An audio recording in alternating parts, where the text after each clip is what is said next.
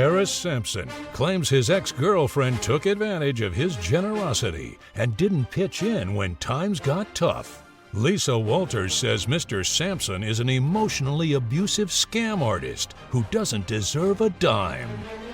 All rise. I didn't want it to come to this. Court is now in session. The Honorable Judge Lauren Lake presiding. Please be seated. Hello, Your Honor. Hello. Thank you, Sean. Good day, everyone. Good day. This is the case of Sampson versus Walters. Mr. Sampson, you are suing Ms. Walters for $8,000 for breach of contract. Is that correct? This is correct, Your Honor. And Ms. Walters, you say that Mr. Sampson is a fraud and he's toxic. Is that correct? That is correct. All right, Mr. Sampson, please explain to the court why you're here. Your Honor, I know it must sound silly suing over a loan, but this wasn't a loan. This was actually money that she owed me. We had lived together for over 5 months, and I'd paid all the bills. I paid all the rent, I paid car payments and utilities, everything. I had taken her out to numerous vacations, out to dinner. Do you have she lived with you, do you have a lease agreement with her, or you just invited her to live with you and you paid all the bills? I invited her to live with me, and I ended up having to pay all the bills. Ended up having to pay them all, or was that the agreement when you said, do you want to move in? Ms. Walters, when you moved in with Mr. Sampson, did he say to you, this is your portion of the bills, you should pay this every month? No, he said that he was going to be the provider. All right. Did you hold yourself out to be the provider, Mr. Sampson? Your Honor, saying the provider does not necessarily mean having to pay for every last nickel for every last thing involved. Well, I can actually agree with that. However, when you say I'm going to be the provider and you don't also say this is what your contribution will be, most reasonable people would assume provider means you're covering it. So did you say to her, I'm going to provide for you. I've got the house, the large bills. I just want you to cover the cable, utilities, things like that. What was the agreement? Your Honor, there was no specific agreement ever made. Oh, and well, then that's when good. When I hit the point where I need a little bit of help, I asked for some help. And that was the situation. She was unwilling to provide it. All right. Hold on. How long were you all together before you moved in together? A year. 1 year. And then you moved in together? Correct. You live in a home or an apartment? It's an apartment, Okay. luxury apartment. How many bedrooms? It's 2 bedrooms. 2 bedrooms. All right. So you move into his 2-bedroom apartment and he's going to provide for you. And your understanding is that you don't owe anything. Exactly. And then at some point, Mr. Sampson says he needed something. He needed money. And he asked you to loan him money. Do you remember that day? I do, but when we got together, okay, he came in all charming, you know, like this like smoozy type of guy, and so I was like, okay, great, you know. What's like, smoozy mean? Like just kind of like someone that just, you know, like has it all together. Oh, yeah, charismatic, you know what I mean? Like, successful. Exactly. And I'm going to take care of you. Exactly. That's what your interpretation was. Yes. And so how long did you live there before he ended up asking you for some money? Maybe about like 4 months. Oh, that was quick. You ran out of money quick, Mr. Sampson. And Your Honor, by the way, it really wasn't portrayed like that. It wasn't? No, I explained to her, see, my main business is a restaurant that I own in Cleveland. And I had a bunch of issues when COVID hit. We had a lot of problems with the restaurant, couldn't find staffing. I wasn't able to transition to deliveries right away. And so I headed out there to go turn things around with the restaurant while Lisa stayed at the apartment by herself for a month. And this was before we had even lived together, okay? Now, when I came back, I explained to her, listen, I'm not gonna be able to keep covering all of this. I've got the apartment rent, which is huge. I've got 2 different cars. I may end up having some problems. So I explained this to her out the gate, so she knew but continued to stay anyway. And so do you remember this conversation, Ms. Walters, where he said, hey, listen, I've been covering everything, but I'm going to need some help soon? I do remember it, but again, like he came in saying like, I want to take care of you, I love you, you're my everything. What did you say when he told you, hey, I need help? Well, I told him that it didn't sit right with me. And Okay. it's not the Your fact Honor, that that's he not needed true. help. First of all, I asked her to give me money for the rent that was owed up to that point, which is $8,000. And so she you had said paid no. $8,000 in rent? No, I paid $16,000 in rent. So you just wanted half. I just wanted half. Oh, okay. So you retroactively said, and give me, for all the time you lived here. Right, yeah, exactly. And I'm not even counting the vacations. I'm not counting all the expensive dinners. I'm not counting any of that. I'm This not counting sounds the real cars. raggedy, Mr. Sampson. Coming up. And did you agree to loan him the money? I did at first. All right. I had someone by the name of Reezy Deezy DM me, okay, telling me that they were in a relationship.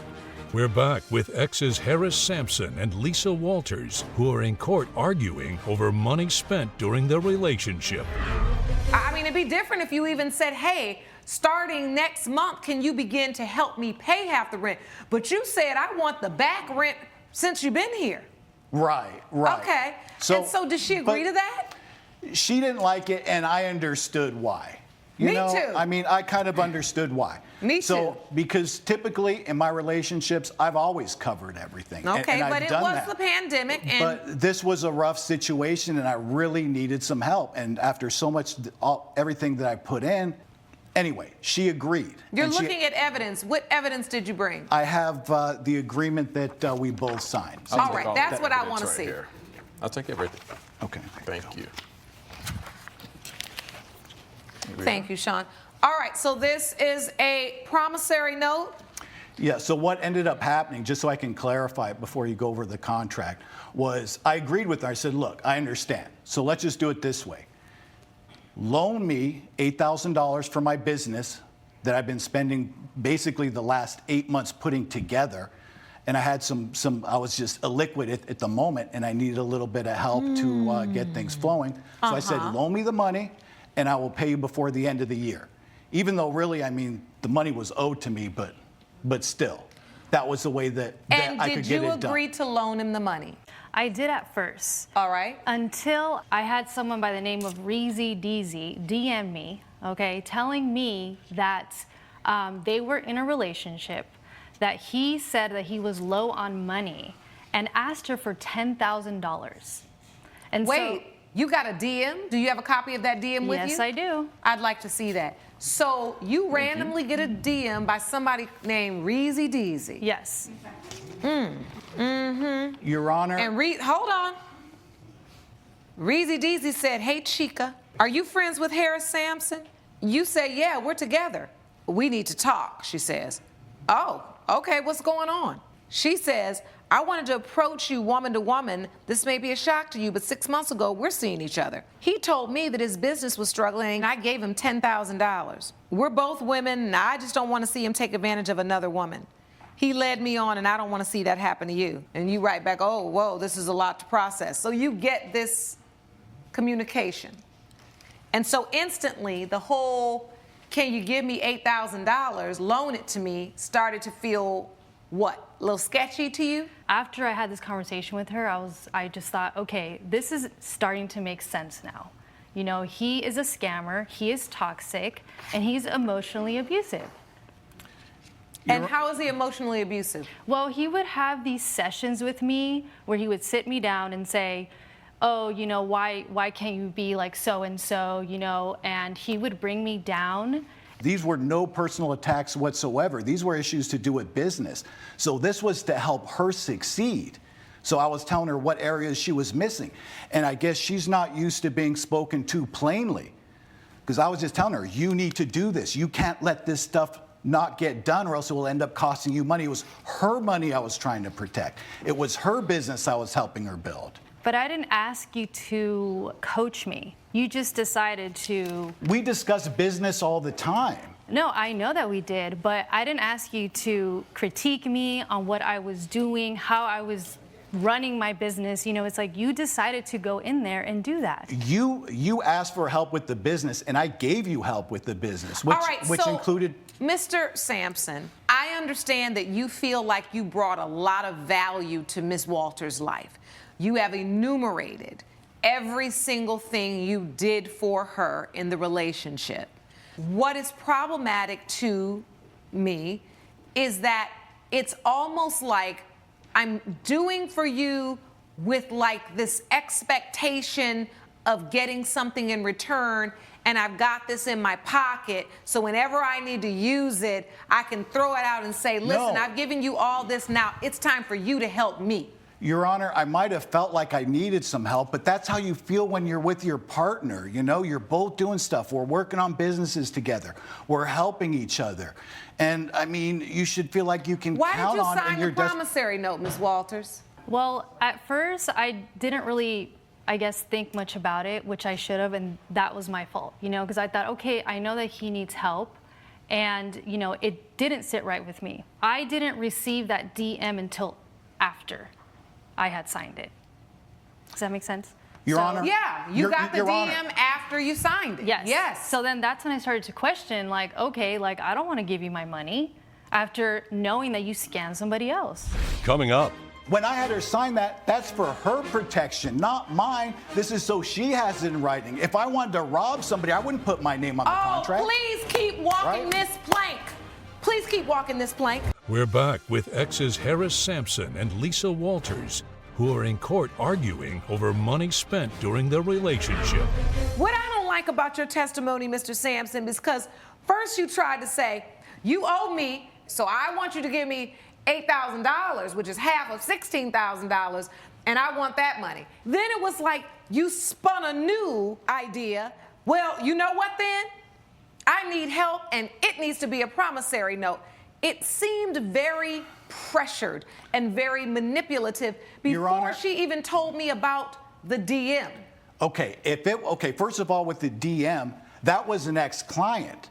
I never even went out with her. That was for services rendered. But the situation was she was enamored with me, wanted to bring the relationship beyond business into a personal relationship, and I was already with Lisa. So I ended up breaking off a very lucrative relationship with her. A lucrative relationship. Business relationship with consulting work that I was doing. Is this the same woman that DM'd her? Yes. She said it was more than just a business relationship. It was not at any time. She wanted it to be, and that was the issue. See, either she wanted to get even with me because she maybe thought I led her on, or she wanted Lisa to drop me so she could swoop in. It was one of the two. But, Your Honor, none of this even matters, and I'm going to tell you why right now. What happened was I had partnered with someone who was also a very successful coach, and we're putting together a big show we're going to do. Why are you doing a show and you can barely keep your restaurant afloat? To bring in customers. This was going to bring in customers and make far more money. So why make her sign something? If I was a crook, I would have let her just give it to me. She 'cause wasn't then I going to could give it come to here. you. She didn't give it to you. That's why you're here, right? Right. Right. Listen, when I had her sign that, that's for her protection, not mine. This is so she has it in writing. If I wanted to rob somebody, I wouldn't put my name on the contract. Please keep walking Right? this plank. Please keep walking this plank. Coming up. It isn't comfortable for me as a woman and as a judge, and I'm not even in a relationship with you. Point blank, I smell a rat. We're back with exes Harris Sampson and Lisa Walters, who are in court arguing over money spent during their relationship. Keep going. Anyway, like I said, I would have dropped all this. I would have let it go right there. But this is what ended up happening. She took those direct messages and posted it online and provided a link to the consulting show that I was doing. So when anybody searched my consulting show that I've been working on for months, they got that. What did you post? Tell me. So I posted that link and those messages because this is beyond me, okay? Did you move out of his house? Yes, I did. I left him too. So I wanted to protect other women from his scams. Your Honor, and she's whatever going else to is going believe on, Reezy okay? Deezy over her boyfriend who's taking care of her for the last year and a half, taking her out all over the place, paying for everything, never lied to her, and she's going to believe Reezy Deezy? How does that work? I'm all about a limitless life, but this is just too much going on for a man that needs to borrow $8,000 from a woman and who obviously pressured her into this. She said she didn't want to do it before she did it, and then gets a note from another woman who says you pressured her, and now I'm in a position where this is obvious to me what it feels like, and I know common sense ain't common no more. Hold on, but I still got some.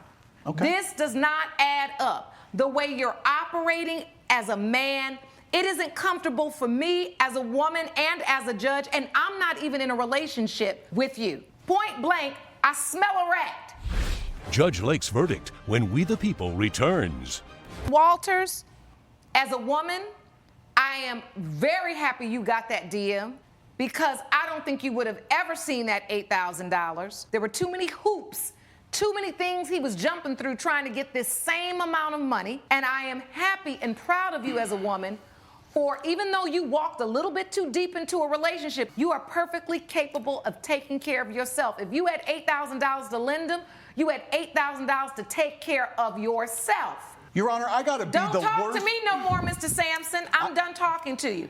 Because I don't like how it's a pressured-filled energy, and it's almost like you think you're going to out-talk me, but you got the wrong one. You're missing the biggest Mr. Sampson, point. I'm not missing the big. We've been talking for 20 minutes. If you haven't made your biggest point yet, you don't have a big point. Judgment for the defendant, court is adjourned. Woo, I'm sick of him. All rise. Oh. Judge Lake has ruled in favor of the defendant. it. The plaintiff's case is dismissed. So what have you learned? Choose yourself. Any thoughts on the verdict? Yeah, absolutely. She was incorrect. You know, you should be able to trust the person that you're with, and I wasn't able to do that. Lena Jackson Moore claims her life turned upside down after her friend wrecked her eyebrows. Hannah Johnson claims she told Ms. Moore not to make such a drastic change, but there was no reasoning with her. All rise.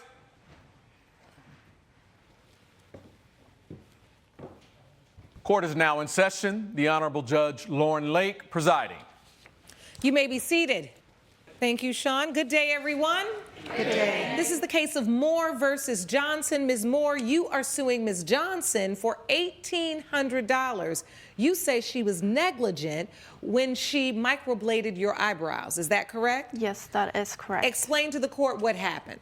So I met Hannah and we became friends, and I told her that she had beautiful eyebrows and I wanted beautiful eyebrows too. If you don't mind, Your Honor, can I show you a picture of my eyebrows before?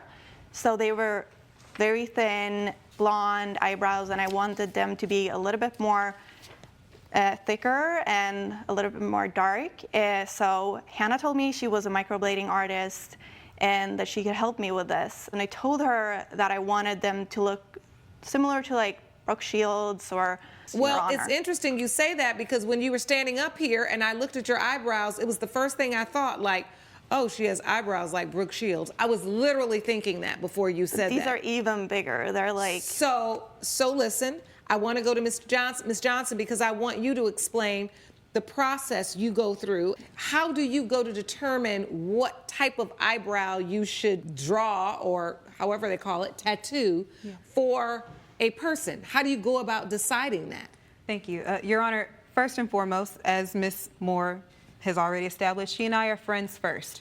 We did not meet under any professional circumstance. I met her at a party, and as her friend, I suggested, as her friend and professional, that she not go for the Brooke Shields, Frida Kahlo, or Lily Collins look as she put in her questionnaire. If you'd like, I can show you the questionnaire I give all of my clients. Yes, I'd like to see that. So you say it wasn't a business relationship, but you did have her fill out this questionnaire. I did. I treated her with the same impartiality I would treat any of my clients. Because I care about her personally, I did go ahead and give my personal and professional suggestion. Hey girl, I don't know if the Frida Kahlo look is going to necessarily work for you. What she wanted was something much thicker, much darker than what she was naturally given. My job as a microblading artist is to make small incisions into my client's skin and fill it in with semi-permanent to permanent tattoo grade ink. But what because I don't know understand this is here is why you just changed them so drastically, directly, without taking small steps, showing me. I was so... So wait, As I was I'm saying. looking at the questionnaire and I'm looking at the pictures where it's you choose your color and your shape.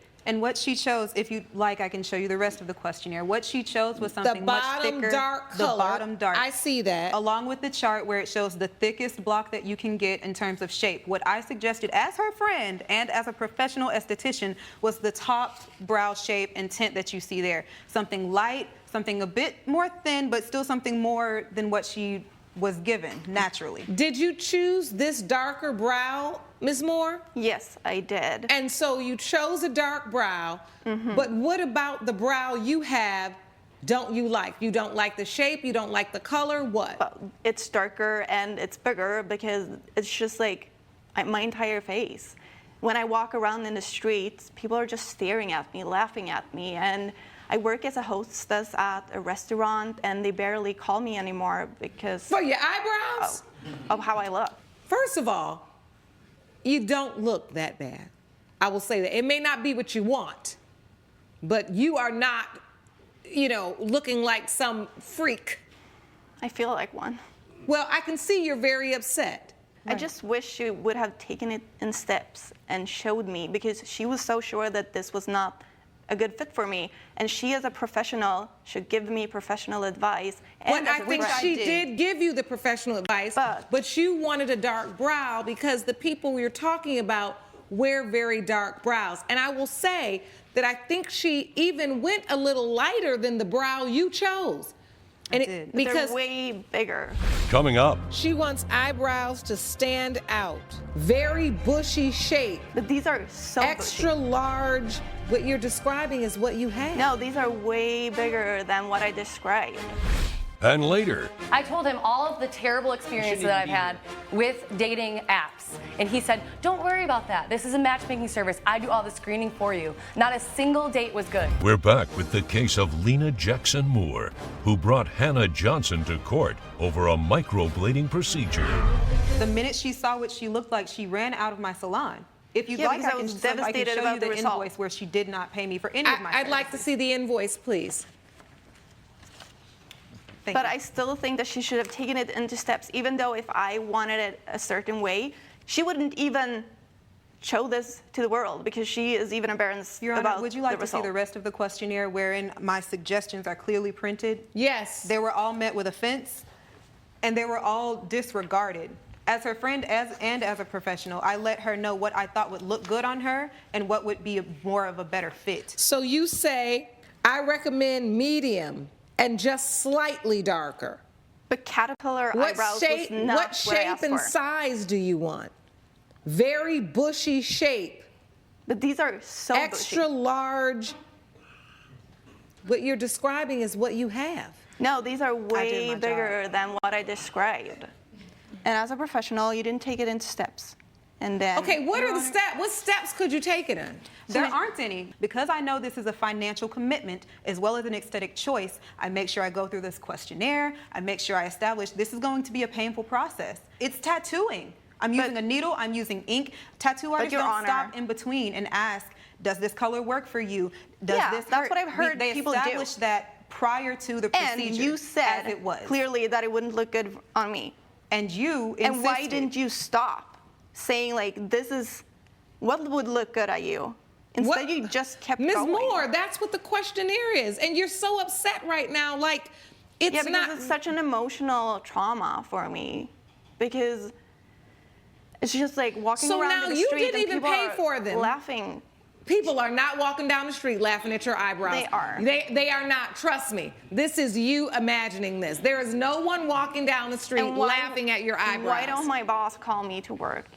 Probably because you running around the office acting like you don't have no sense, or wherever it was, the restaurant. Where'd you work? A restaurant. That's yeah, you don't have a personality anymore because you're stressed about these eyebrows you asked for. Yeah, but I wish that she, as a friend, would have helped me out. She did.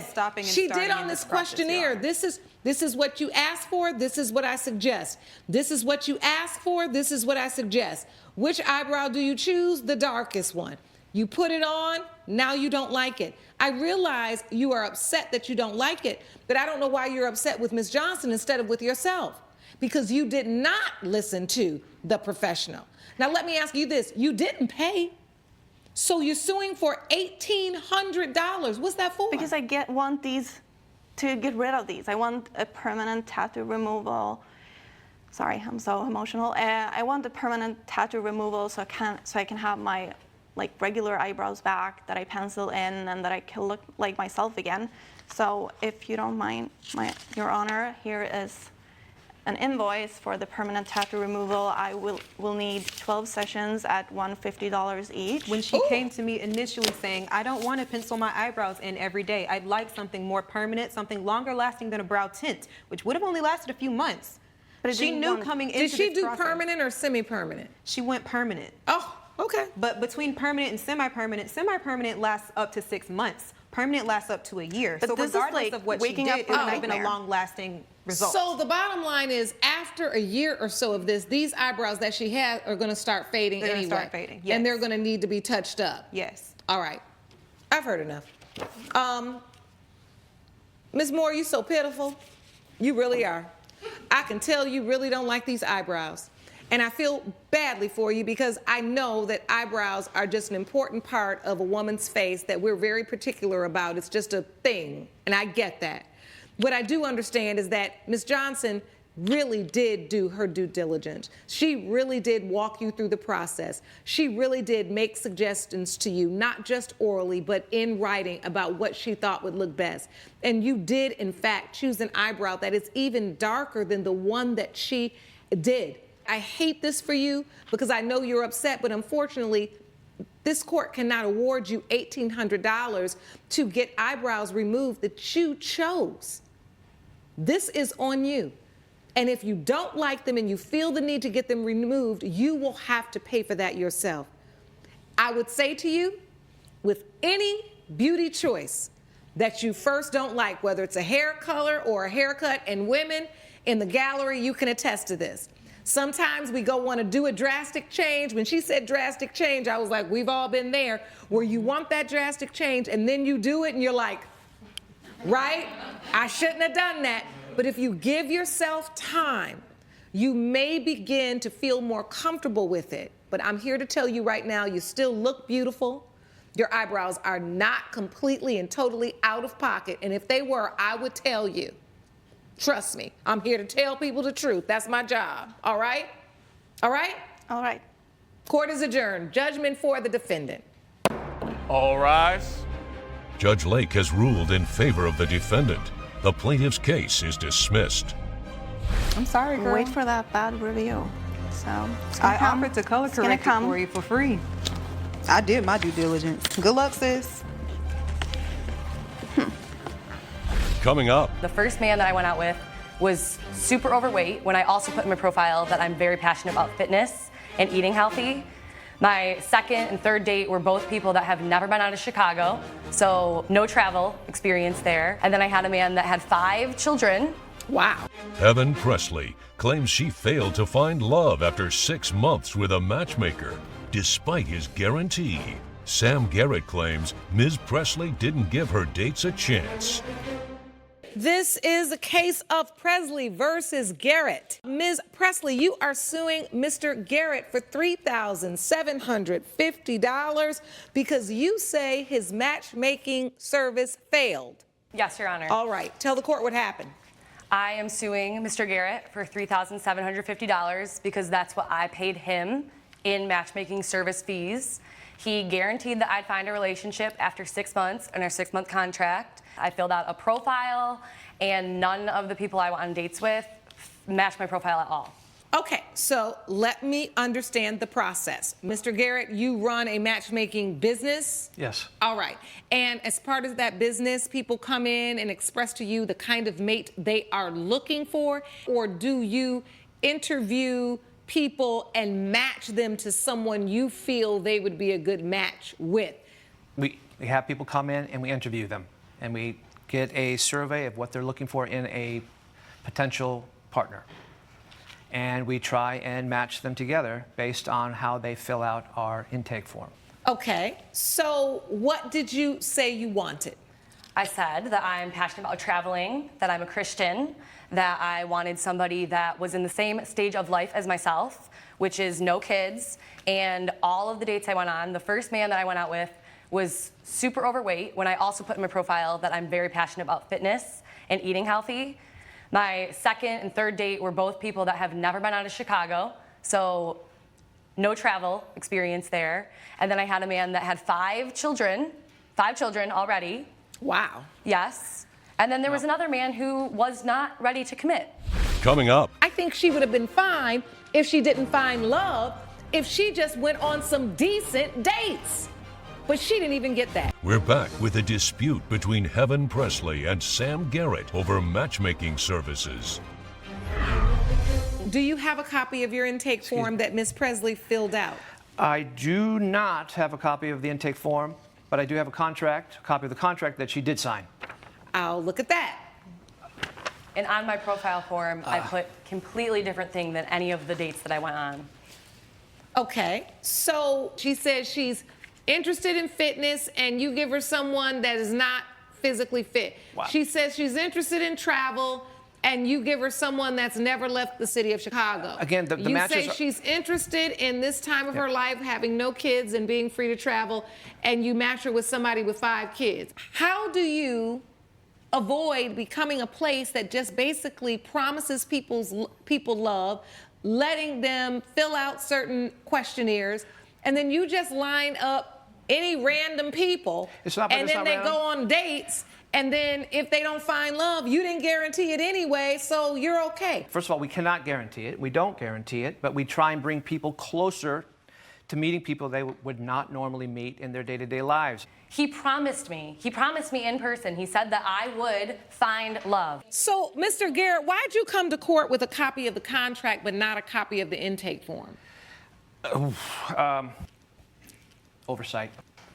Did you come to court with evidence of the people you matched her with, like these people she says she went out with? Do you have evidence of those people? I don't have the evidence, although I do, of them directly. I did talk with them. All right. I've heard enough. It is clear to me, when you, and that's why I wanted to make it clear, are you a service that matches based upon criteria? Are you a service that matches upon, like, you believing why these certain people are good matches for her? Judge Lake's verdict when We the People returns. I was giving you time to testify, Mr. Garrett, so I could get a better understanding about the process and whether or not a person coming into your business should expect to leave with people who match what she wants for herself or what she really hasn't thought about wanting for herself. You could not make that clear. And it seems very clear to me that Ms. Presley was clear about what she wanted. It has been determined by this court, judgment for the plaintiff for $3,750, because I do not believe you got what you were bargained for in this contract. And Mr. Garrett, in the future, when you are matching, you have to make sure that you are specific about what your service is. I think she would have been fine if she didn't find love, if she just went on some decent dates. But she didn't even get that. Judgment for the plaintiff, $3,750. Court is adjourned. Judge Lake has ruled in favor of the plaintiff. The defendant owes $3,750. I didn't exaggerate. I did not exaggerate. It's an exaggeration. No, she ruled in my favor. You may now exit the courtroom. Ladies first. Jose Ortiz claims his mom smashed his gaming system because he forgot to pick up his sister at school. Maritza Ortiz says her son's video game addiction is ruining his life. All rise.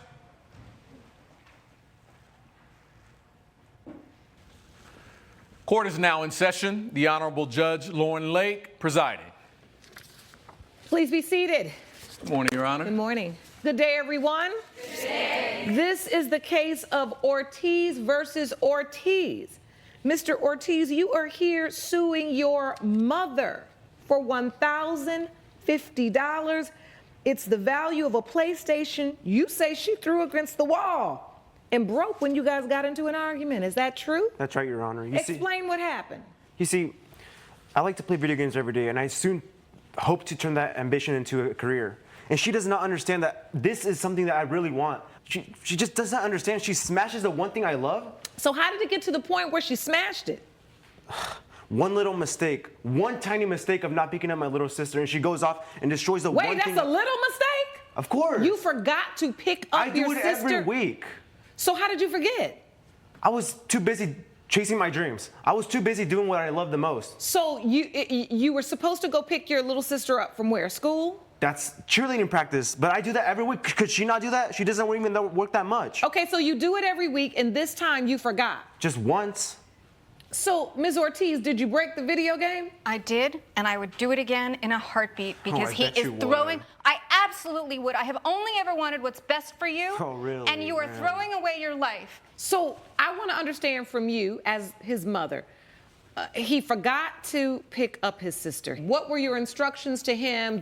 Were you working? What happened? So first of all, that was the straw that broke the camel's back because Jose does not do anything around the house at all. That's not true. The only thing, he gets an allowance, and the only thing I ever ask him to do is pick up his sister from cheer practice. And I do that every week. On Tuesdays and Thursdays. But you didn't that one time. You left her stranded there. No, I did not. She had so many people to ask. She could have asked her mom's friend. Or... All right, Mr. Ortiz, let your mother speak. Go ahead, ma'am. Thank you. So he has one responsibility to pick up his sister on Tuesdays and Thursdays. Which I do. Because I work a double shift. He not only did not remember to pick her up, but when we came home, he was playing video games and didn't even care. I said, you left your sister, and he shrugged and went back to playing his video game. Did you just shrug, Mr. Ortiz? Well, I acknowledged what she said, but I just didn't think it was a big deal because I do it every week. If she was just at school, do you really think that's a big deal to you? Yes, it is, because cheerleading practice happens after school. And so after that's over, parents come and pick up the child, and the children who are left over, whose parents don't come, are left with the coach or the teacher, which is an inconvenience. Right, exactly. Hold on. The coach or the teacher then has to find out how are they going to get that child home. It's a huge inconvenience. But she was not stranded, was she? She had teachers and coaches there. No, she was stranded because you didn't come get her, and then your mother came to get her. But I was busy doing what I wanted to do. I want to point out also that this is the latest in a long string of incidents that have happened since he's become addicted to video games. That's not true at all. My parents visited from Florida.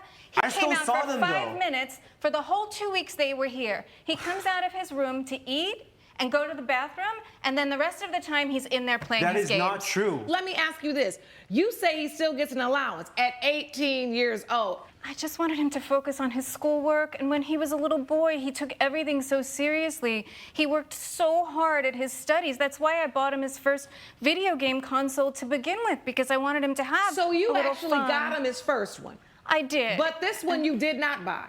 I did not. So, Mr. Ortiz, you bought this all on your own? Yes, using... With the money I gave him from his allowance. But I earned that money. No. I do chores. I pick up my sister. Wait. Is your allowance based upon you doing chores and then getting the money? Exactly. What do you have to do? I pick up the laundry. I do my room. I do the dishes. Everything she tells me to do. Laundry. And I pick up my sister. What a laundry machine. No. Laundry, dishes. The trash. Clean your room. Exactly. The trash. Yes. Right? And pick up your sister. Of course. And so, Mom, is that true? Like, are those the chores he's required to do and then he gets payment for those? No. Those are every once in a while he volunteers, or he used to. He doesn't do it anymore. Yes, I do. But he is not required for that allowance to do anything except pick up his sister, which he didn't do. Coming up. You feel like he's addicted? I do. Do you feel like you're addicted, I'm Mr. not. Ortiz? I have a normal life like any kid plays video games. Why is I it so... haven't heard anything normal yet. You haven't told me anything you've done that's normal except pick your sister up, but then you said you forgot. We're back with the case of Jose Ortiz, who is suing his mother, Maritza Ortiz, for smashing his video game system. I don't believe in paying kids to do things they already need to do to learn responsibility. So cleaning up your room, you're not getting no money from me for cleaning up your room. You better clean up your room, because in this house, we live in a clean house. But I clean it well. Washing dishes, washing clothes, that doesn't matter. That, in my opinion, that is not something you need to be paid to do. Now, if you're doing something outside of the realm of something you would ordinarily do, maybe, or if you'd want to just give an allowance because this is the money you're giving him, right? But the key word in that, Mom, is giving. You're giving him an allowance. I thought maybe there was a condition to the allowance. You just admitted there are no real conditions. I just give him an allowance. So you give him an allowance so that he has his own money, so that he can do the things he wants to do and not always have to ask you for money. He chose to save it up. Am I correct? That's correct. And then you bought... 11 months. For 11 months I did that. 11 months, and you bought this game. Correct. All right, so at the end of the day, he used his allowance on what he wanted to, and you didn't object to it. No, but I wish I had now. All right, so that's hindsight, and we know that's 2020. So get me to the point where you smash the game. What happened? You come home, you're mad, he didn't pick up the baby sister, you had to race over there, your nerves were shot, you come in, and what happens? So I come in and I ask him to look his sister in the eye and say why he forgot to pick her up. And he doesn't. He glances at her, he shrugs, he dismisses both of us, to her. Takes no responsibility, which he's been doing for these past several years now, taking no responsibility. And I'm sorry I lost it. No, you know what? I'm not sorry. I'm not sorry because this addiction is out of control. It's and not I've an tried addiction, to talk to you Mom. about it for so long. I'm not and you need addicted. help. So wait He a needs minute. help. You feel like he's addicted? I do. Do you feel like you're addicted, I'm Mr. not. Ortiz? I have a normal life like any kid plays video games. Why I is it so... haven't heard anything normal yet. You haven't told me anything you've done that's normal except pick your sister up, but then you said you forgot her. In this entire testimony, your entire testimony, you have not said to me any other thing that you do. So the one thing I make wrong was picking up my sister, not just doing it, not picking her up once. What else is normal about your life? Your grades are failing. He's going to end up having to repeat senior year of high school. That's not true. Yes, you are. No, it's not. He used to get straight A's, and now I what are you? still You're do. failing math. You're failing science. Wait a minute. You talking about you still get straight A's? Of course. No. Well, no. why would your mother say you used to get them? She just says that so that she just tries to find ways to get me in trouble. She just wants the worst for me. All I ever wanted is what's best for you. Is that why you destroy my games? Is that why you... Yes, that is absolutely why I destroyed your game. Why do you always blame me for everything? You know, sometimes as a parent, you have to do the things that your kids are going to hate you for because it's the right thing to do. And that's why I smashed your game. And I guess I would do it again. How did you smash it? Once you came back, he's still in his room playing. He doesn't really acknowledge or express any concern for his sister. What did you do to the game? First, I yanked the controller out of his hand. I threw that against the wall. And then I went over and I yanked the PlayStation out of the wall. Without and any warning? But I threw it, but it wasn't anywhere near him, so he was not in danger of getting hurt. You damaged my wall, I too. turned. It's my wall. You don't pay for anything. It's my house. It's my wall. And I threw and it's my but I game cleaned your house, because too. it came from the allowance I gave you. But I earned that. Did you forget about You that? I do the didn't earn it. chores. No, Anyway. you didn't earn it. She just said you didn't have to earn it. I want to hear from your witness, though, ma'am. Please stand up, sir. State your name for the record. Robert Shannon. Mr. Shannon, you are here. You are a psychologist? Yes, and yes. What would you like to testify to today? Well, first of all, I wrote a book on gaming disorder, and I do have, I photocopied a page from my book. First of all, that kind of disorder doesn't even exist. Can you please let the man talk? He's the expert. You are not the expert. So why don't you just shut your mouth for 2 minutes? Let's get some order now. Okay, so from what I've gathered here, talking to the family, this is a clear case of gaming addiction. And why do you say that, sir? Well, just looking at his behavior and his denial and how he'll spend hours into the night doing the gaming. And, you know, the definition of addiction is when it prevents you from doing other things, like you can't be part of the family, be part of the school, be part of anything else. It takes over, like many other addictions do. He gets angry when he can't play. That's he starts not true. fights with us. No, it's not. Yes, it is. When has it happened? Like, when hasn't it happened? Oh, my God. But what they're not telling you... You sound just like my son. Oh, my God. What they're not telling you is the reason I sent that copy over to you is often there's a deep void that needs to be filled that can be filled by the gaming addiction. And what they haven't mentioned is the divorce that happened about 2 years ago, which is about the time that the gaming really increased for Jose. That's not true. You know that, right? And so, as I see, now I haven't done a formal evaluation. I recommend not only counseling, I recommend court-ordered counseling for this gaming addiction. What? Coming up, Are you involved in any sports?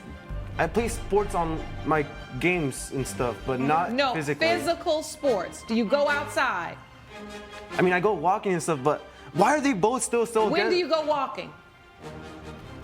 Just to get to the kitchen and stuff, but Boy, please. we're back with the case of Jose Ortiz, who is suing his mother, Maritza Ortiz, for smashing his video game system. Mr. Ortiz, I want to ask you, I'm going to give you a chance before I give my ruling. Why do you think that isn't true? Do you think you're addicted? no, I lead a no more life. I'm a kid.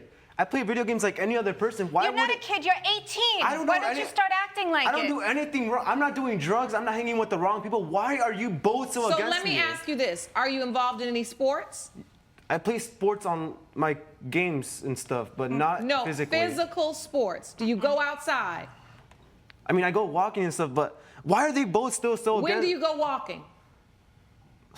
Just to get to the kitchen and stuff, but Boy, please. I can tell you this, Mr. Ortiz. You gonna tell it. You walk from the kitchen to get something right, then go right back to your room to your game.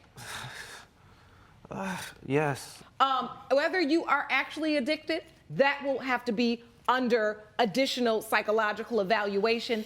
Mr. Shannon can only talk about what he's heard and give a recommendation. This is what I want to say to you. As parents, right, what your mother is trying to do is protect you from your own vices, right?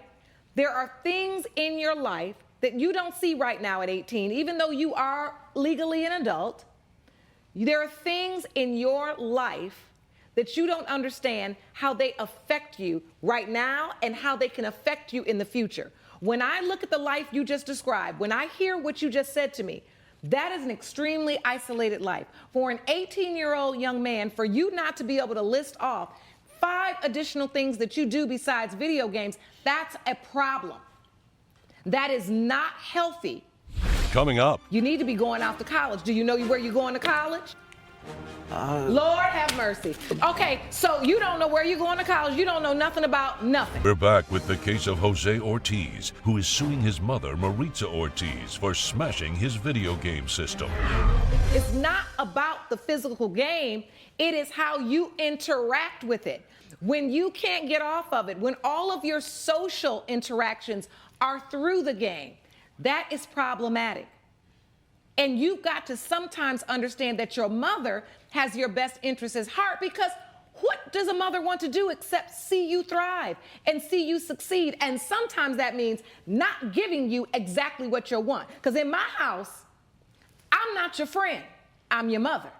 And that's 2 different things. So I'm gonna have to make a call sometimes that you're not gonna like, because I'm not here to be your friend. And she's not here right now to be your friend, she's here to be your mother. But the problem is he bought that video game with money that you gave him. Once you give the allowance, it's his. It's a gift. You admitted he didn't work for it, but it's a gift. You gave it to him. Now, what you could have done was simply restrict his ability to play the game. No. Or you could have said that video games are not allowed in your home because it's your home. But wait, hold on. I'm doing the talking, Mr. Ortiz. This is the difference about what you do in your house and what you get to do in this courtroom. The problem is you need to set boundaries in your own home. You cannot destroy his property. But you could have told him it's not allowed up in my house. And then he just have to figure out where he gonna live and how he gonna pay for it. Since he's 18 anyway, you need to be going off to college. Do you know where you're going to college? Lord have mercy. Okay, so you don't know where you're going to college. You don't know nothing about nothing. Judge Lake's verdict when We the People returns. Your mother destroyed your property. And for that, I'm going to rule in your favor. It is the determination of this court in this moment is that your mother owes you $1,050 for the value of your game. Did you bring a receipt? But then he's just gonna buy another machine. Wait a minute. I cannot control what he buys. You have got to woman up and let him know what is allowed in your house and what is not. So if he goes out and buys another game, if you tell him you can't bring it in here, he can't bring it in here. But if he buys it, you cannot just destroy it because of your anger. Judgment for the plaintiff for $1,050. Court is adjourned. Mr. Ortiz, I advise you to get yourself together. I advise you to get yourself together. Because those video games, they're not going to do it. You too old to be living up in your mama's house with nothing else to do. All rise. Judge Lake has ruled in favor of the plaintiff. The defendant owes $1,050. Samantha Jones claims she spent thousands on a job hunting wardrobe for her ex when they were together, but he never paid her back. Dorian Bakerfield says his ex didn't ask to be repaid until he broke up with her. All rise.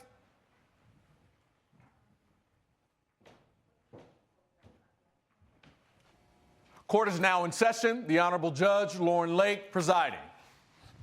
You may be seated. Hello, Your Honor. Hello. Thank you, Sean. Good day, everyone. Good day. This is the case of Jones versus Bakerfield. Ms. Jones, you are suing Mr. Bakerfield for $2,000 for the cost of new clothing. Is that correct? Yes, it is. And Mr. Bakerfield, you say that you don't owe her anything. Correct. All right. Well, let's hear what happened. Ms. Jones, I'll start with you. Clothing. You say you're suing for the cost of new clothes. What happened? That is correct. So there's clothes that I bought him. He was in the middle of a job. His apartment had burned down through an electrical fire. And so doing so, he didn't have anything. So he is my boyfriend at the time. So I went on and I bought him some clothes so he can go on some interviews. It was 3 suits, 2 shirts, and I think some cufflinks that I bought him so he can look nice for his interview. All right. So you're in a relationship. Are you living together at that time? 6 months at this time. All right. How long were you in the relationship before that? We was in a relationship for about like a year. Okay, so a year. Yes. And he had a fire. He had a fire in his apartment. Place. Yes. All right. So the fire wiped out your clothing, Mr. Bakerfield. Yes. And you needed to get a new job. Yes. So you asked your girlfriend to help you, or she offered, or you asked her for a loan. How did it come about that she bought clothes on your behalf? Well, Your Honor, she knew that I was in between trying to get a better job. I was doing radio at the time. So it was a sales position and opening up, and I needed a more professional look. And all these things were discussed before the fire. So it's just something she knew was coming up for me. So when the fire happened and I lost all my clothes, by her just feeling my pain and understanding what I was going through, she looked out for me and had my back. And she brought me a good, nice wardrobe to be presentable so I can try to acquire this, more powerful position. But you also said you had me. I'm sorry, what did you say, Ms. Jones? He said that he got me. So I did buy him the clothes. I bought them for him. But he also said in the words, he got me. And which I have always had you, Samantha. Financially, no, you have not. All right, so let's stick with the clothes for now. I see it's a lot more going on besides a wardrobe. It's a war. That's why wardrobe starts with the word war. All is fair in love and war and wardrobe. So let's go back to that. So you're just doing what a good girlfriend would do. Yes. I mean, the fire is traumatic and don't want to miss out on the job opportunity. When you two had the discussion, did you make it clear, Ms. Jones, I want to get you those clothes. You need to get some clothes. You can pay me back when you get on your feet. What was the understanding? The understanding was he got me. So when he did receive the clothes, he turned back and said it more than once, repeatedly, I got you, I got you. It's not true, Your Honor. It is true. I have text messages to show it. I'd like to see those if you brought them to court. Yes. Thank you. So, Ms. Jones, when he said, I got you, what does that mean to you? To me, that he's going to pay me back. So it's like, thank you for doing this for me. Yeah, he received the clothes, and in return, he said he got me. Okay. So, Mr. Bakerfield? Yes, Your Honor. What did it mean to you when you said, I got you? Well, it's a big piece of information she's not telling you. In the course of us being together, me staying at the house with her, which I greatly appreciated, there was a lot of things I've done around the house when I was in between jobs, before, you know, the good job came, I painted her master bedroom. I painted her guest bedroom. I did the garden. I also bought the materials for that. Well, he don't have a job. That's why you went and got the suits. The reason why I done that, Shauna, because at the time she was appraising prices of getting paint and work done around the house, and I seen what she was going through. I took it upon my initiative to get the labor, do the labor myself. Coming up. So you saying, Ms. Jones, you didn't need him to do all that. You could have paid the painter. Yeah, it was things that I was just naturally saying as women do when we buy our house. You know, like, oh, I just want the walls done. And so he did But you did paint. 3-4 appraisals and couldn't afford none of them. And later. You were at the event, and then you smoked marijuana where? Well, I had gotten there, and I had gotten in my costume, except for the. We're back with a dispute between Samantha Jones, who is suing her ex Dorian Bakerfield over money spent on a new wardrobe. So you saying, Ms. Jones, you didn't need him to do all that. You could have paid the painter. Yeah, it was things that I was just naturally saying as women do when we buy our house. You know, like, oh, I just want the walls done. And so he did But you did paint. 3-4 appraisals and couldn't afford none of them. That's what made me feel your pain like you felt my pain to buy those clothes when my stuff caught on fire. I had you. So you're not appreciative that he did do the work around the house? No. Why is that? I'm not appreciative at all because the job wasn't done well. Okay, so he didn't do any of the work well. Wow. No. Wow. You can see the paint marks still all on the walls. It's just horrible. No. All right, and did you tell him, hey, babe, thank you so much for asking, but don't do any more of the work around the house? Yeah, don't do anything else. You told him? Yes, I did. All right, so Mr. Bakerfield, when you said, I got you, yes, what did that mean to you? What was your intention behind that phrase? Because I'm looking at the text messages. I see you you say here, baby, I'm feeling this suit and clothes you got for me. I can't thank you enough. You say you're more than welcome. Yeah. And then Mr. Bakerfield says, you know I got you, right? Your So Honor. you guys seem to have a great conversation. I'm sorry, she did not ask for nothing back until we broke up. So there was never no discussion or dialogue of, hey, when you get on your feet, make sure you pay me back. So my mind was So not... while you're together, never any mention? Never, and those favors I did for the house was because I seen her upset and how much she wanted upgrades. So I felt her because we were getting along and were in a relationship, so I felt, why not help her out? I got the time. At the time, I have the time. But when it was time for me to not have any more time from working, from getting a job, of looking nice, and it worked, the love you have for me worked, I got the job, and so I was... And now you need to pay me back. So why did you all break up? What happened, Ms. Jones? She got controlling. Oh. She got Absolutely not. controlling? She became controlling. She wasn't always like that. One of the sweetest people He got I've a ever job met. and decided not to be with me no more. He was out the house. He was partying. He wasn't coming home. I was sending him text message, when we gonna have lunch, or, you know, want me to make you some dinner. He never showed up. Your Honor, and remind you, he's coming in my house, so I felt very disrespected. Your Honor, I work in Okay, he's still a sales. guest, even though we're together. He's a guest. Oh. Well, he a sharp guest because you done bought him a whole bunch of suits and clothes and sent him right on outside. He outside living his best life. Gauging from Ms. Jones' testimony and her personality today, I don't think if you wasn't living up to your part of the bargain, she wouldn't have been offering to buy you any clothes when you had the fire. So you obviously were showing up in the relationship as a very real and true and genuine man. I genuinely cared about her. I cared about her situation. I cared about her happiness as well as when she was No, it sad. didn't, because you moved out without telling me, and then broke up with me. Wait a minute, I thought, wait. Oh, you broke up with her? Yes. Yeah. Hello. Yes. Hello. Yes, I broke up with her It because... actually was a goodbye. A breakup is a goodbye. It ain't a hello. Yes, Shauna, I broke up with her because our whole relationship was based on vibes. It seemed like the vibes changed when I began to get back on my feet. I didn't come into a relationship not on my feet. So if we were working in the beginning while I was on my feet, my best thing was to get back out there, get on my feet, and maybe we can get back to where we used to be. He didn't say that, So though. He just left. I found He something left. closer to the new job, a new place, apartment, and I moved out. So do you have any evidence to present today? Yes, before I do, give Your my Honor. ruling? I have evidence I'd of like to see the it, groceries I've bought. I have evidence of... Take everything you have. Okay, I have evidence of the labor, what it would have cost if she had to pay real workers to come do the work on her home. And they would have did a better I job. kept gas in her car. I kept her oil changed. So I kept her bath water running. I kept the salts in the bath. Honey, hold on. Yes, I did.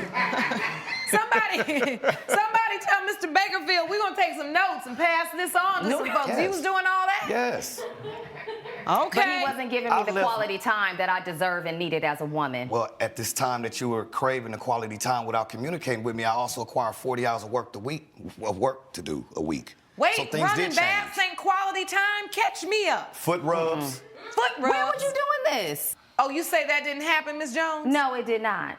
Wow. All right. What is disappointing most is that you two really seem to have a relationship where you had each other's back in the difficult time. Because patterns changed, I get that. Maybe you were feeling uncomfortable with those patterns, but that was worthy of a conversation, and in my opinion, worth you all doing your very best to save this relationship. Now, I'm gonna let y'all handle that from here, but as far as this court is concerned, the clothes you bought him, that was a gift. It's not revocable, and he does not have to pay you back for that, just as when you all broke up, you don't have to pay him for the labor for the work he did in your home, even though you may not have liked it. Your case, plaintiff, is dismissed. Judgment for the defendant. Court is adjourned. Judge Lake has ruled in favor of the defendant. The plaintiff's case has been dismissed. I think she made a horrible decision. You really do owe me. You broke up with me and you left my home. I cannot sit there and act like I don't miss you, but I don't miss this vindictive type of vibes you give it. We could have talked this out. Coming up. However, I had to make a choice that day because when I arrived at the party, I was still in a lot of pain and discomfort. And I thought, well, let me just smoke some marijuana and get through this next 2-hour event. Party performer Josh People claims he was unjustly fired for using medical marijuana to ease his back pain. Frank Albert says he booked the plaintiff for a kid's party and he smoked weed while dressed up as the Easter Bunny. Good day, everyone. Good day. This is the case of People versus Albert. Mr. People, you are suing Mr. Albert for $4,350 for unfair termination. The defendant, Mr. Albert, you claim you were forced to fire him. Correct, Your Honor. All right, I'd like to start from the beginning. So, Mr. People, what type of work were you doing for Mr. Albert? I was an entertainer for children's parties. Okay. And so you were hired to be? I was hired on this particular date in April to be the Easter Bunny. All right. And so, Mr. Albert, you hired him. How many jobs was he supposed to do for you? We had 4 contracts, 4 events scheduled. 4 events scheduled. Correct. So take me to the event in question. The event in question was in April. Before the event happened, I actually had fallen. I had taken a fall while I was helping a friend paint his garage, and I had lower back pain. And my doctor recommended that I try medicinal marijuana, and which helped, which alleviated the pain. However, I had to make a choice that day because when I arrived at the party, I was still in a lot of pain and discomfort. And I thought, well, let me just smoke some marijuana and get through this next 2-hour event. Coming up. You know, we want to set a good example for these children. You hire you don't want the kids coming in the party and the Easter Bunny out there smoking weed. We're back with the case of Josh People, who brought Frank Albert to court after he was fired while performing as the Easter Bunny. You were at the event. Correct. And then you smoked marijuana where? Well, I had gotten there and I had gotten in my costume, except for the head part, and then I went to my car and smoked some marijuana, and then Mr. Albert confronted me before I went out to perform and told me that I should go home. All right, so Mr. Albert, were you made aware, or did you see for yourself that he was outside smoking marijuana, which he admits to doing? So I did not see it myself. My assistant, Sandra, had gone out into the... And this is your assistant? This is my Please assistant stand here. And she went out into the parking lot to greet Mr. Peoples to bring him in and show him where to go. And she didn't mention anything. Since it was her account, let me have her. Sure, absolutely. Explain what happened. Please state your name for the court. Yes, my name is Sandra Lewis, and I seen Mr. People in the parking lot smoking some marijuana, and I had to inform my boss because we tolerate a no tolerance zone for children because we have events and parents that notice little things, and I had to inform my boss, and he told me we needed to terminate him. So you saw it with your own eyes, he admits to doing it, and you immediately told Mr. Albert? Yes. And so, Mr. Albert, how did you walk over to the car? How did you tell him? Before he went on to perform, we had a conversation. I said, hey, I'm sorry, your services are going to no longer be required today. Does anyone have a copy? Do you have a copy, Mr. People, of the agreement with Mr. Albert? Here you are. Mr. Albert said you were hired for 4 jobs here. Correct, and there is a termination clause in that agreement. You can terminate at any time with or without cause. Young children's events, and they're very impressionable. They pick up on certain things, and we want to set a good example for these children. You hire the Easter Bunny. Well, yeah, he said he had his costume on up to his neck. You don't want the kids coming in the party and the Easter Bunny out there smoking weed.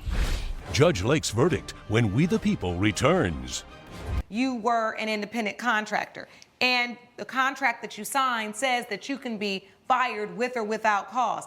He could have just let you go and never said a word, but you were smoking marijuana outside in a public space, preparing to go into a place where he's hosting children.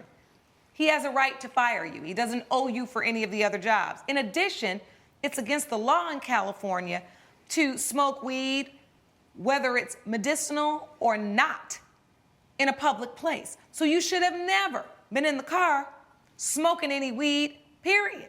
Your Honor, I'm really sorry that I put myself in this position, but at the same time, there was no drug testing required when I was hired.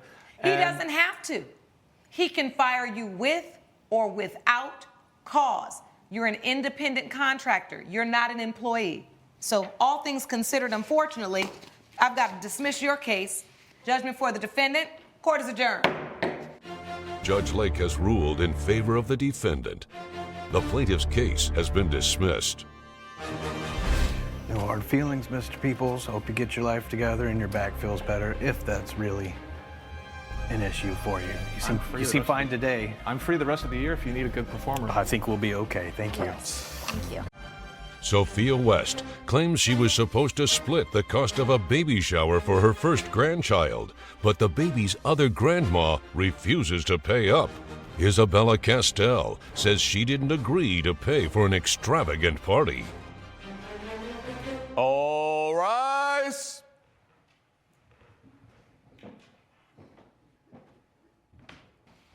Court is now in session. The Honorable Judge Lauren Lake presiding. You may be seated. Hello, Your Honor. Hello. Thank you, Sean. Good day, everyone. Good day. This is the case of West versus Castell. Ms. West, you are suing Ms. Castell for $1,150, half the cost of a baby shower. Is that correct? That's correct. And Ms. Castell, you say you didn't attend and that the plaintiff overspent. Is that correct? That's correct, Your Honor. All right, I'll start with the plaintiff. So you had a baby shower? Yes, ma'am. All right, who was the baby shower for? The baby shower was for our children. Her daughter is having her second child. This is my son's first child. And I was so excited about it, and I assumed she would be too, but she's all baby showered out, I guess. What you mean? You baby showered out, Ms. Castell? Yes, I'm baby showered out. This is not my first grandchild. So I already have 3 other grandchildren. So I didn't feel a need to just go all out for this one and go overboard. So wait, you all agreed to do the baby shower together? Correct. Correct. Just you two? Just us. All right, so you reached out to Ms. Castell or vice versa? How did you all come to give the baby shower? The grandmothers usually don't give the shower. Well, our children, they're struggling, and, as mothers, we want to help our children. So they came to us and said that, we're having a baby. I would have preferred they were married first before they brought a child into the world. But these things do happen, and, we're going to make the best of it. All right, so they said, hey, can you all give us a baby shower? Yes, we were supposed to do it together to help them. And what was the agreement? The agreement was that she would pay half on the expenses for the baby shower. Did you agree to pay half, Ms. Castell? So she gave me an amount that she thought she was going to spend, like approximately $1,000. Uh-huh. So I said, okay, then I'll give you $500, but still show me the receipts or the invoice of what you're spending. All right. So do you remember that conversation, Ms. West? I remember it somewhat, you know. Do you agree that Ms. Castell said that you were going to do about $1,000 baby shower and show all of the receipts, and then she'd give you $500 the half? Was that the deal? The deal was that she was going to give me half on what I spent, and I said roughly, because, you know, it's my first baby shower. I said it should be like $1,000. Now, did you say $1,000 total for the baby shower, or did you mean $1,000 would be your half? $1,000 would be her half, because that's what we were talking about, was half. All right, so you said it's going to be roughly $1,000. Ms. Castell, you heard that it was going to be $1,000 total, $500 each. Exactly, Your Honor. All right, so you get to planning the baby shower. I thought you guys were supposed to do the baby shower on your own. You didn't communicate throughout the planning process what you were buying, what you were doing, how much you were spending, a running total or tally. I didn't really know Miss Isabella that well, so I said, well, let's just meet up for margaritas, you know, and talk about, you know, yes, the baby margaritas. Shower. Yes, ma'am. I love a good margarita. So do I. How about you, Sean? You like margaritas? I love a good margarita. I don't drink, so I had a virgin margarita. Uh-oh. Mr. Castell, Mr. Castell sent us straight to hell. She said, I don't drink, I had a virgin. Well, okay, we'll get back to court. So you met up for margaritas. You had a virgin, Ms. Castell. You just had yourself a mocktail. That's what they call it now. Yeah, a mocktail. So you all talked. What was going on in this conversation? Ms. Castell, when you sat down, what did you feel about the baby shower? What were your intentions? My intentions were to give her some money, albeit half, if she didn't go overboard, and let her take on the responsibility of planning for the baby shower. And why didn't you want to be a part of the planning? You didn't have time, or it's just not your thing? I didn't have time. It's not my thing. And she was so excited. This is her first grandchild. And a lot of what we endured in the conversation was about her and her family. Like, I want to do this. This is what I want. I. And I want my money. How about that? So, Ms. Castell, you kind of felt that she was so excited that I'm gonna just let her have this, because I got more than one. I've done baby showers already. Yes. Coming up. You know, we had our little margaritas, and yes, mine was fully loaded, because I don't do virgin. I ain't been a virgin in a long time. Oh, well, okay then. We're back with a dispute between grandmothers Sophia West and Isabella Castell, who are arguing over baby shower expenses. What did you talk about? What were some of the plans? Did you do a theme? Did you talk about a venue? Did you talk about a color scheme? Well, we kind of briefly talked about it, you know, and you know, we had our little margaritas, and yes, mine was fully loaded, because I don't do virgin. I ain't been a virgin in a long time. Oh, well, okay then. So but how many did you have? Ma'am? How many did you have? I only had 3. Oh, okay. Fully loaded. You said fully loaded, huh? Fully loaded. It was fully loaded, but I wasn't loaded. I know when somebody says half, they mean half. Okay. All right. So you leave there with kind of like a little skeleton idea of what you're going to do for the shower. You got that. I like that name, skeleton, because that's what we had. Just a skeleton idea. And then you went to work. Yes, ma'am. And what did you plan? What kind of shower was it? Well, I really, you know, I had to invoke some of my family members. Okay. To see, you know, get some ideas, you know, piggyback on everybody's ideas. Oh, so they all had ideas, but they didn't have no money? Pretty much.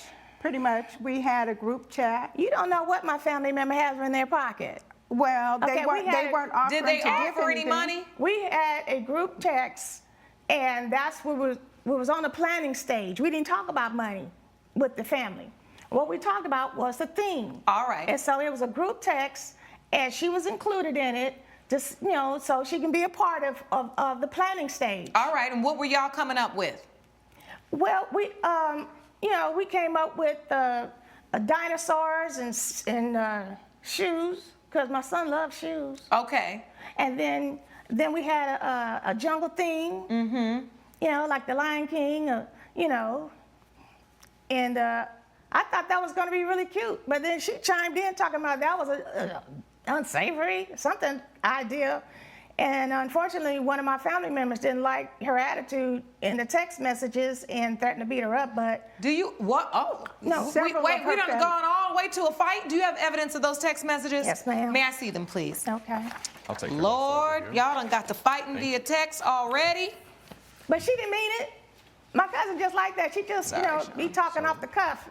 She don't mean nothing like that. If she ever got to know my family, she would know we're kind-hearted people. We'll give you the shirt off our backs, and we give you food if you're hungry.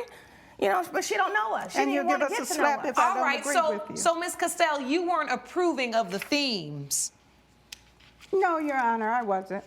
So I see here text messages. I see one after you all met. It was nice spending time with you. You too.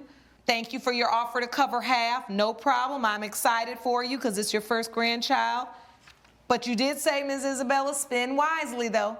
You said that in the text message. Yes. All right, and so here's the family text chain. I won't read it all, but we got a lot of ideas. Lego theme, hip-hop icons. Okay, that's modern. Dinosaur. Ms. Costello, you chime in and say, not to be rude, but those ideas don't go together. You didn't like dinosaurs and shoes. No. Or hip-hop. Like this. So then y'all get in an argument. Y'all get to arguing on the text message, and family member got to chime in. Somebody actually giving some ideas, and then cousin Tina comes in and says, right, because WTF is her problem. If you family, then act like it. Uh-oh, then Brandy said, or get slapped around this place. That's disrespectful. Brandy went up from 0 to 100 quick. She's just like that. You got to get to know her. She's sweet. No one has to get to know her, and you co-signed for her. You should have intervened and checked her. So then, Ms. Costello, you say, well, I just get an event planner. But did you hire an event planner? I did not, Your Honor. All right, so you just got over all that nonsense and said, you know, let them go ahead and plan. So you all did the baby shower. Were you handing her receipts as you were spending? No, ma'am. You weren't? You were just incurring the expenses? And what, charging them on your card or paying for them yourself? It was on my Visa debit card. You all hired an event planner?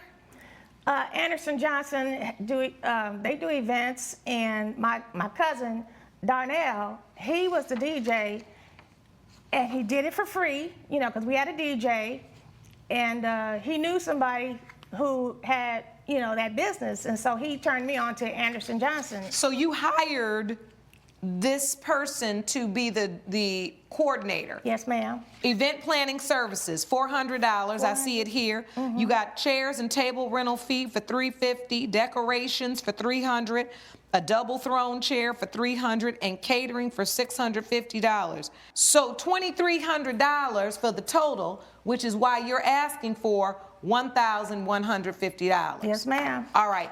And so when you got these bills, when you got all of these receipts, Ms. Castell, what were your thoughts? I didn't get them, Your Honor. She just told me approximately how much she spent, and I told her she must be crazy. She said I owe her $1,150, which was half of $2,300, and I told her no. I didn't attend the baby shower because I was threatened. I didn't feel comfortable in going Oh, you over never there. even went? I didn't go. Coming up. You missed the baby shower? Oh, yeah. Somebody threatened to slap me? Yes, I definitely missed the baby shower. You don't want no drama with that? I don't want no drama. It wasn't going to be no drama. We're back with a dispute between grandmothers Sophia West and Isabella Castell, who are arguing over baby shower expenses. You missed the baby shower? Oh, yeah. Somebody threatened to slap me? Yes, I definitely missed the baby shower. You don't want no drama with that? I don't want no drama. It wasn't going to be no drama. All right, so you didn't even come? I didn't go, no. But you still said, I'm going to pay for my half, but when she told you how much, you said, that's just too much. I told her not to go over, when she said $1,100 initially, or $1,000, my mistake. Initially, I said, okay, $500, and then show me receipts and invoice of something as you're spending it. And she did not. So do you remember her saying $1,000 and to show you receipts as you were spending? No, ma'am. She didn't tell me that. You In don't fact, remember because at of the those last- loaded margaritas. The last text message that we had, she had dismissed herself from the whole group. So. Oh, after the family got ignorant with it, Miss Castell just came out the group text. Yes, I was just done. All right, and were you requesting, do you have any emails that show you calling her or asking her, Ms. West, what are the expenses at the end of this week, this month? How is it going? Can you show me what you're spending? No, Your Honor, I do not. And Ms. West, you're saying that you never once said, hey, I'm at $1,200 now total. This is where it's looking like the money's gonna land. Are you good with that? Your Honor, all that's ringing in my head from Miss Isabella is half. Coming up, $10,000 could be overboard. we're back with a dispute between grandmothers Sophia West and Isabella Castell, who are arguing over baby shower expenses. But listen, it is clear from her text message that she said, but don't go overboard. $10,000 could be overboard. I don't know what her overboard is. And you just proved what I'm talking about. When you don't have a clear understanding of what someone's overboard is and they're agreeing to pay half, I think you do have a responsibility, if you're the person making the choices, to say, hey, I just want to make sure you know we're about now at the $1,100, $1,500 range. You told me not to go overboard, so I just want to understand before I spend this money, is this amount okay with you? She never did. You didn't ask that.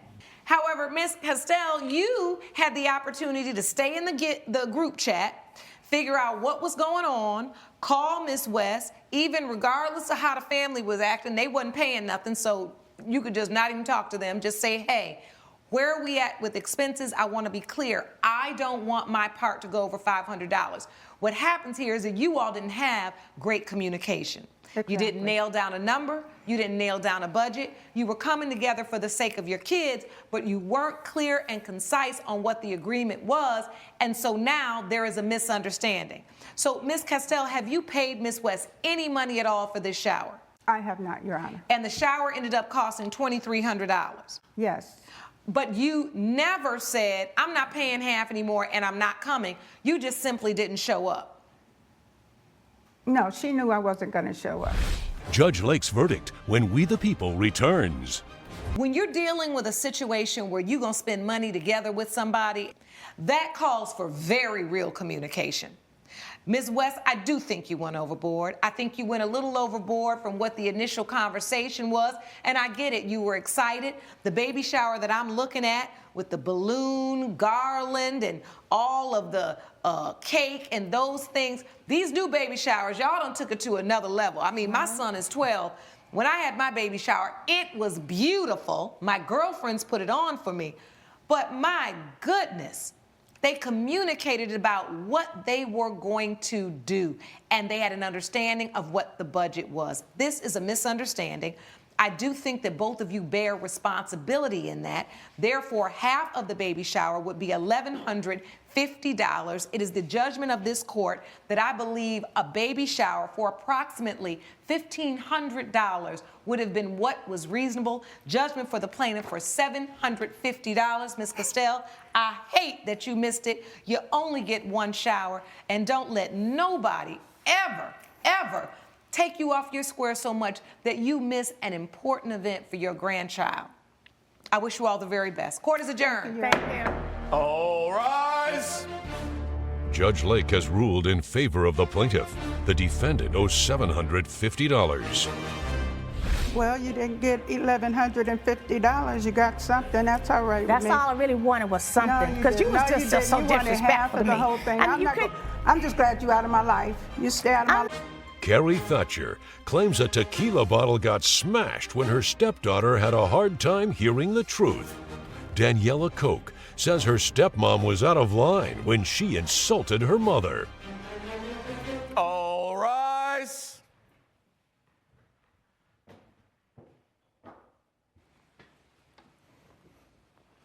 Court is now in session. The Honorable Judge Lauren Lake now presiding. Please be seated. Hello, Your Honor. Hello, Sean. Thank you. Good day, everyone. Good day. This is the case of Thatcher versus Coke. Miss Thatcher, you are suing Miss Coke for $250, the cost of a bottle of tequila. And the defendant, Miss Coke, says that you're just being spiteful. So what happened? Well, we were talking, having a good time, and then I had to tell her some very kind of disturbing news. What news was that? That me and her father were going to be getting a divorce. All right. And then, even more disturbing, I had to tell her, she asked me why. And because of our relationship, I didn't want to lie to her, so I told her her father and mother were having an affair. Do you remember that day? I do. Can you take me back to that day? Yeah, so pretty much I was coming home from the holidays from school. My daddy called me like, hey, baby girl, come home. We have something we want to talk to you about. I get there. My father isn't even there. She is. And, we were just, kicking and everything. We begin to drink the tequila. So pretty much while we're drinking, she gets a little aggravated, agitated. The situation gets escalated. And she tells me, she breaks the news to me, like I said, without my father being present. She knows what time he gets off of work. She told me that they were getting divorced, and I asked why. Then she starts to get escalating everything. She told me that my mother was excuse my language, you know what I'm saying? She was calling my mother names. Mm-hmm. Did you call her mother a Tell the truth. No, Your Honor, what happened was we have a very close relationship. And I did tell her why. And kind of between the drinks and our close relationship, I guess I kind of went outside and was like, home record, da-da-da. And didn't really Who says that to their daughter? Wait a minute. I'm talking about her mother. I wasn't speaking directly like your mother's a How many tequilas had you had? Right. Well, we had a couple drinks. That was our thing. She was down we to had most a of the close bottle. relationship, and I was the first person who took her out on her 21st birthday and ordered tequila sunrise. So that was kind of our theme whenever we would get together and have girl talk and girl time. So during this girl time, you decided to break it to her that her father was sleeping with her mother again. Without my father being present. It was planned, and we were waiting for my ex-husband to get there, but he didn't get there, and we were talking, and kind of it came a little premature. What happens with this tequila bottle? So once I told her that we were getting a divorce and she asked why, like I said, I did say, home record, those sorts of things. And her arms started flailing and she's like, don't talk about my mother like this and that. And she hits my hand and my hand hits the tequila. That makes sense to you. Next thing I know is on the ground, busted. The tequila you were drinking? Yeah, the tequila bottle. How much tequila was left in the bottle? Oh, more than half. Does anybody have any evidence? I got it right here. I do. Thank you. And here's the receipt for the tequila bottle. It's not about the alcohol at all. Yeah. You're taking out a situation where you're angry at her mother on her. And I just let you testify here today, Miss Thatcher, about how close you were. And I'm sitting up here thinking to myself, why would a woman that worked that hard to establish a relationship with a young woman, in an instance where the foundation that the daughter thought she had been destroyed, whether it was by her mother or not? You all had a very real relationship and you were a family. You were basically telling her the family that you know with your dad and me and you, it's not going to be. You was chomping at the bit. Thank you. Because you sick of her mama. And so that's why you brought this up before her daddy got home. Coming up. You were drinking and she was drinking and you was drunk enough to try to call her mother a homewrecker and you was drunk. Yeah. Because ain't nobody in their right mind trying that. Very. She is a homewrecker. You had See? It's coming out now. True character. And later. What did he call and say to you? He was saying that I'm unprofessional, that I don't do the work, that I'm not actually a creative. We're back with the case of Carrie Thatcher, who brought her stepdaughter Daniela Coke to court over a broken bottle of tequila. You all got into an altercation because you started calling her mother names. Who's not going to get upset at that? Who is not going? Thank you. Ms. Cole? I'm sorry. Because this is really irritating. And well, the bottom line is, I'm talking. I apologize. There's no young woman that's just going to let another woman just talk about her mother like a dog, whether her mother was wrong or right. So the fact that an altercation ensued is not unheard of. So what responsibility do you have in this? Well, I have and will apologize for calling her mother a name, but she still has no right. Go ahead and do it then. I'm sorry for calling your mother a name. You sorry for wasting? I shouldn't have, but I still feel like you shouldn't have broke my bottle of tequila. And you didn't have that right. She did not break. You tell the story. This is the problem. And all this drives me crazy. You spend all this time doing paperwork, waiting for a court date, and come up here and testify against your own self. Well, I don't even understand what's going on here. You told a whole. Am I the only one in here that heard it? Nope. Tell the truth. I told the truth. I admitted what I did, but she still didn't have a fight. You don't have any business coming into court suing for a $250 bottle worth of tequila that you had already pretty much drank the tequila. If you were drinking and she was drinking and you was drunk enough to try to call her mother a homewrecker and you was drunk. Yeah. Because ain't nobody in their right mind trying that. Very. Well, she is a homewrecker. You had... See? It's coming out now. True character. Come on now. She wanted to say it. She is. Just like you wanted to say it then, you wanted to say it now because you're hurt, because, let me tell you something. The fact that he's now back with his ex, that's hurtful. It is, especially when her mother came to me and we had developed a rapport saying that she really appreciated the interest that I took in her daughter, the care and the genuine love. And to turn around and then sleep with my husband and have an affair with him after I've Go ahead and let it out then, Miss Thatcher. We here for you.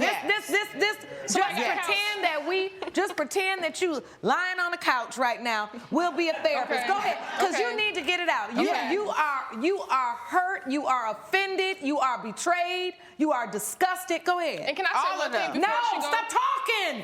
All of them. Go ahead. Everything you said, and just how much care I put into her daughter when her daughter was going through puberty and didn't feel pretty, didn't feel loved. I put so much care into her. Even her mother came to me and thanked me for that and said, yeah, we got off to a rocky start. I don't like how you were. And all the while, you thought the relationship was in a good place. She was sleeping with your husband. Yes.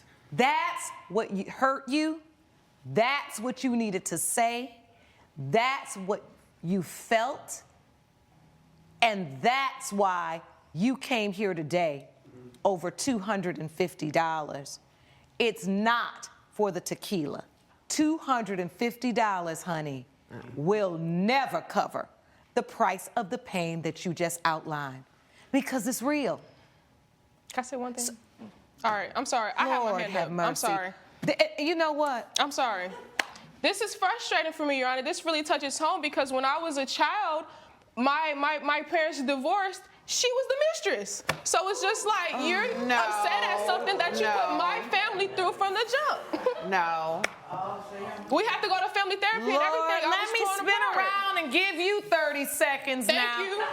Thank you. Lord have mercy. Go ahead, Miss Coke. What happened? Lord? Okay, boom. 12 years old, my mother and my father talked to me and they sit me down there saying, we're separating. I go over my father's house. Guess who's there?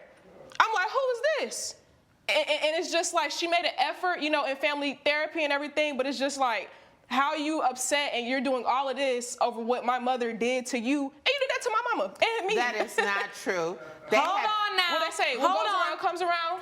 Miss Coke, you needed to get that out too. Thank you. We got it out in the open. And I don't know about y'all, but this is messier than that spilled bottle of tequila. Whew. Messy. You all have a lot to work through, because even with the hurt and the pain you've talked about, There was still a very real relationship that was formed. You may not be ready to discuss it and overcome these issues right in this moment, but I hope one day you will. Your case is dismissed. Judgment for the defendant. Court is adjourned. All rise. Judge Lake has ruled in favor of the defendant. The plaintiff's case is dismissed. I love you as my daughter, and I'm sorry. And I hope that we can build a new relationship. I would have understanding for you, but you did all this, so I'm cool. Coming up. At that point, you basically say that I'm going to sue him for $750. So I actually had let it go because after that conversation, I tried following up a few more times and he just wasn't answering me. He essentially ghosted me. Sarah Weaver claims a former client used one of her logos without permission after he said he was unhappy with her work. Curtis Ramsey says he didn't use Ms. Weaver's logo. He just found one online that was similar. Good day, everyone. Good day. This is the case of Weaver versus Ramsey. Ms. Weaver, you are suing Mr. Ramsey for $750 for using a logo without your permission. Is this correct? This is correct. All right, and Mr. Ramsey, you say you found the logo online. That is correct. Tell the court what happened, Ms. Weaver. We signed a contract and I promised him a logo by the 12th of April. I brought it to him. We went through several iterations of it. I even had to call him multiple times to get a follow-up to try to get feedback on it.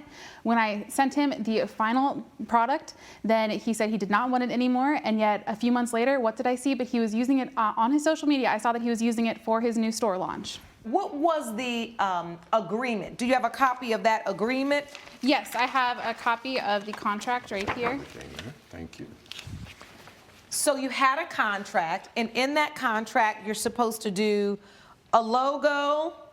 After the third revision, you decided not to use the plaintiff anymore? You didn't like the last logo at all? That is correct. I was very disappointed in the last one. Why were you disappointed in it? I felt like it was too close to the first two. How did that conversation go?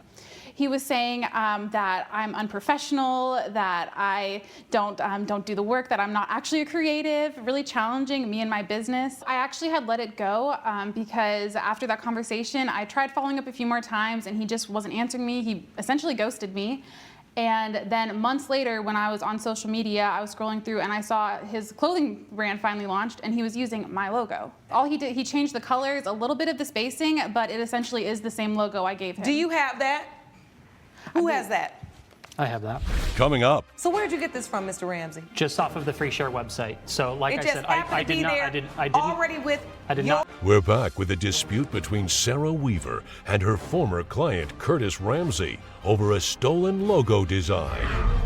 Let me see the copy of the logo you were using.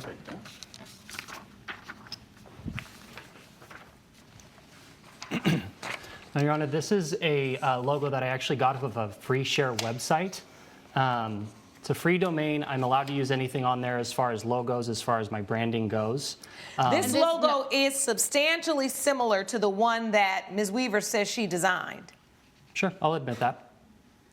But it was on a free share website. So this was after. This was not directly taken from her. This and so was hold on a website. on. The logo that said CR Clothing.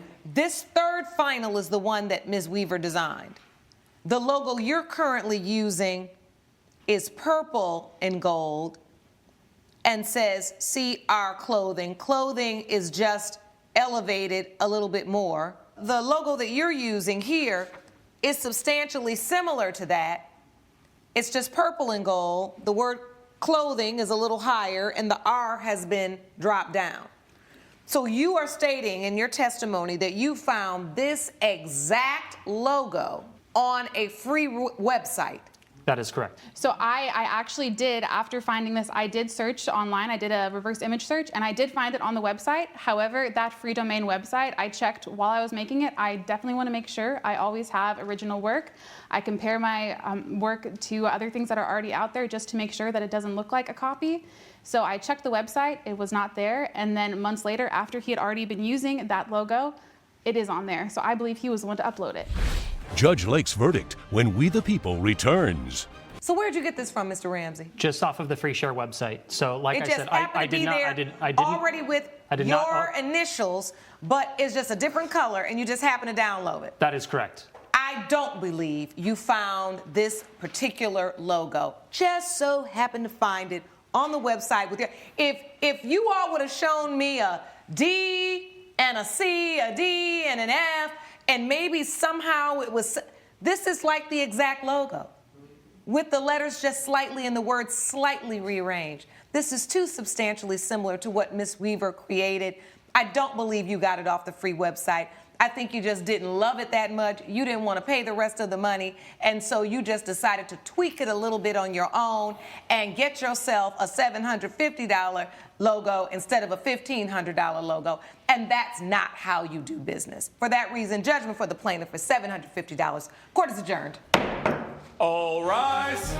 Judge Lake has ruled in favor of the plaintiff. The defendant owes $750. Well, I hope he has learned to finish out his contracts and pay what he owes and to respect artists in the future. I really don't think that there's any way that you could prove that I uploaded that myself, because I didn't. I think that you were originally okay with the $750 that I gave you, and then became unhappy when you saw that my business was doing well. Jeffrey Lennox claims his ex-wife lied about having cosmetic surgery, so he was shocked when their child didn't look like either of them. Tanya Pointer says her ex-husband is superficial and called their baby ugly. All rise.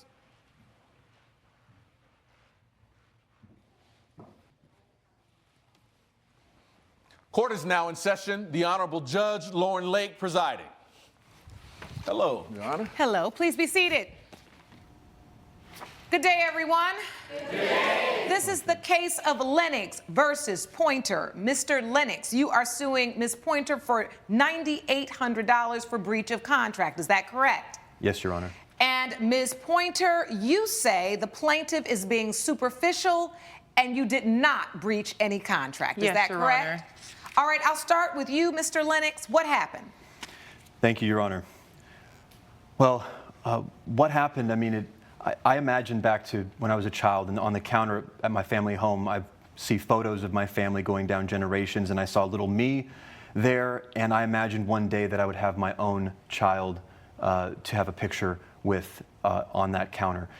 So fast forward, and I'm now looking for a wife, and you know, like every young man dreams, I'm sure, as like a lot of people dream, they imagine who their wife is going or their husband is going to look like, and I was imagining somebody that was tall, ambitious, mentally fit and capable, honest and attractive. I feel that I have received certain opportunities and gained a lot through my looks, I have to say, and I wanted my child to be raised in a similar fashion. So I was, you know, looking for. You taking 10 minutes to say you wanted to have a baby that you thought was pretty. I wanted to have a child. Yeah, I wanted to have the life that I thought of. Yes, Your Honor. And the life you thought of was a life of what? A child that looked like you?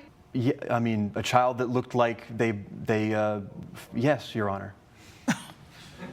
But not, I mean, I found Tanya at the gym after a spin class, and whatever boxes I may have needed to check, she seemed to check all of them. I mean, look at her. You met Mr. Lennox at the gym? Yes, Your Honor. You liked him, he liked you? Yes, Your Honor. You started a relationship? Yes, Your Honor. Were you or were you not forthcoming about your life, your family, your background, your past? I was, as much as I felt like I needed to disclose. I did not disclose to him certain things about my past. I did let him know that my parents were killed in a plane crash, leaving my brother and I all alone. You know how long it took me to figure that out, Your Honor? Like, we're talking months of our relationship before she would cry when I'd ask her. He was very much so focused on my facial features. And I eventually got her to tell me. So I didn't really feel like there was an opportunity for me to share a heartfelt moment with him. So wait, you all are in a relationship, but you didn't ever feel there was time for you to have a heartfelt moment with a man you're in a relationship with? That doesn't make sense. Well, Thank you. the issue at hand is my cosmetic procedures, After my parents were killed in the plane crash, I underwent a ton of cosmetic procedures so that I would not have to be reminded of my mother and what had happened to her. So I did. This was all cosmetic surgeries. And I just wanted to be away with my past. And he felt like because I did not disclose that to him, that now our child is ugly. We just had a child, and he started calling my baby ugly. That is not what my baby's only 1 year old. He's handsome. And he says that because the child does not look like his family lineage, that my baby is ugly. Your Honor, that's not... Well, Mr. Lennox, I don't understand how you could be upset with what a new baby looks like. Why are you upset about that? It is not my child's looks that upset me. So what is it? It was seeing my child for the first time and how it felt I was looking at a complete stranger, didn't look like either parent. It put into motion in my head now what had been, I guess, percolating for a while, that this woman that I thought I knew was not telling me about her life, and my first thought was she must be cheating on me. This child doesn't look like me. So the baby, you felt like the baby didn't look like you, and it didn't look like Miss Pointer, so you were like, I'm not the father. Coming up. I made it very clear, Your Honor. So you said, I want to have a child with you, but just tell me, have you had any plastic surgery? Your Honor, I didn't feel the need to ask. I mean, look at her. It's very well done. She looks amazing. Well done. You acting like somebody baked her in the oven. And later. We got escorted out of the... Oh, because after the phone flew and all that happened, y'all got escorted out of the ballet. We're back with the case of Jeffrey Lennox, who brought his ex-wife, Tanya Pointer, to court after he says she lied to him. She knows my position on plastic surgery. I think it's disingenuous and it lacks integrity. I would not have married, let alone pay for an IVF fertilization treatment with someone who had an addiction to plastic surgery, like Tanya certainly does. And Did you say that before you all decided to have a sexual relationship? I made it very clear, Your Honor. So you said, I want to have a child with you. I'm willing to pay for IVF, but just tell me, have you had any plastic surgery? Your Honor, I didn't feel the need to ask. I mean, look at her. It's very well done. She looks amazing. Well done. You acting like somebody baked her in the oven. With all the surgery she's gotten, which is, by the way, is worth way more than the $10,000, the $9,800 that I'm here seeking to recoup. It is as if, I mean, somebody really went to work on her, and of course, I don't know anything about that. Nothing about that part of her life. What does this mean? I'm not liking the way you're objectifying Miss Pointer. So superficial. And I apologize for that, but I offer into evidence a photo here that I found. And please tell me, Your Honor, if that looks like the same person to you. Actually, she looks a little different, but the shape of her face, the shape of her eyes, her eyebrows, and her nose is different.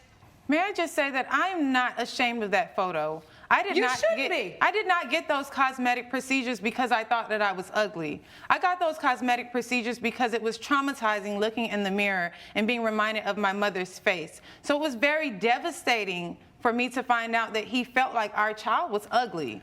I did not get those procedures to become this different person. I got those procedures so that I wouldn't be reminded of what had happened in my past. And why did you say that you're the new Tanya now and the old Tanya is dead and forget about her? I mean, because the old Tanya died when her parents died. But you didn't know the old Tanya anyway, right? I didn't, and I still don't. I don't know the new one either. I had to pull teeth to get But wait a minute. This. So your testimony is you don't know her, but you also decided to pay for IVF treatments to have a baby with her, but you didn't know her. She wouldn't answer questions. She wouldn't tell you anything about her past. She wouldn't let you know about her family. But you know what? This is the girl I want to have a baby with through IVF. Make it make sense, Mr. Lennox. I don't have all day. She assured me that who she was loved me unconditionally, dearly, and that she was wholly honest with me and that there was no need for me to worry. Now I find out that that entire argument, that entire line, which she allowed me to believe, what I allowed myself to believe, that was a cover story to prevent me from understanding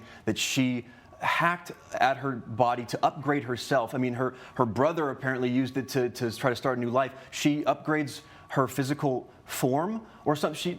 Your Honor. Hold on. Why are you being so melodramatic about plastic surgery. It's the lies. You say you're suing her for breach of contract. What's the contract? And it better say in this contract, I'm going to pay for this IVF as long as you are the natural, original version of yourself with no plastic surgery. I want to see that contract. Where is that? Your Honor, it's a marriage contract. I feel like I have been used. The damage is plain. She was beautiful before the surgery. She's beautiful after the surgery. What is the issue? I want to know what your damages are. I was lied to, and I can't have that lack of trust in a relationship for the rest of my life. Okay, so you want to get a divorce? We have gotten a divorce, Your Honor. Okay, so now you're divorced. Yes, so we are. now what's your issue? You got a divorce. You're not with the liar. You're not married to anybody that had plastic surgery anymore. What is your issue? My issue is that we did not have a prenuptial engagement going, and I want some measure of honesty from you, Tanya. Some Your measure of Honor, honesty that you understand. Honesty don't cost $9,800. I want to know, why are you up in here when I could be having my morning tea? Why are you suing? Because I said I had an ugly baby. There you go. Wasting my time. Is a picture of the baby in the evidence? Yes, it is. There he is right there.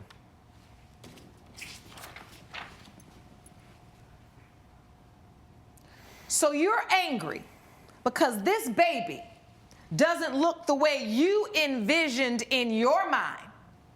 This is insanity. You should be ashamed of yourself for even coming in here with this nonsense.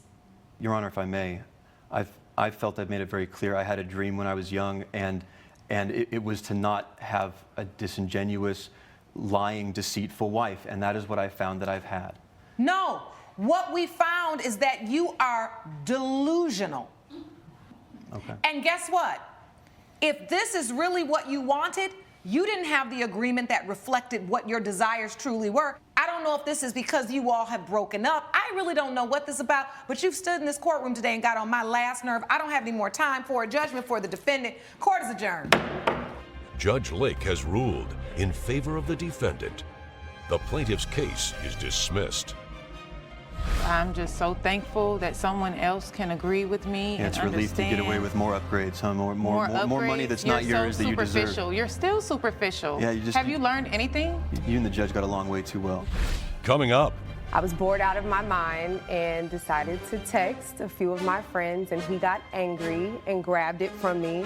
I was not angry. He got angry because I wasn't enjoying it as much as him. When he grabbed it, it flew under the seat in front of us and cracked. Minden Darcy claims her date made a scene at the ballet, then cracked her phone when he tried to grab it. Jonathan McHenry says Ms. Darcy was rudely texting, distracting everyone around them. Mr. McHenry is countersuing for $303. Good day, everyone. Good day.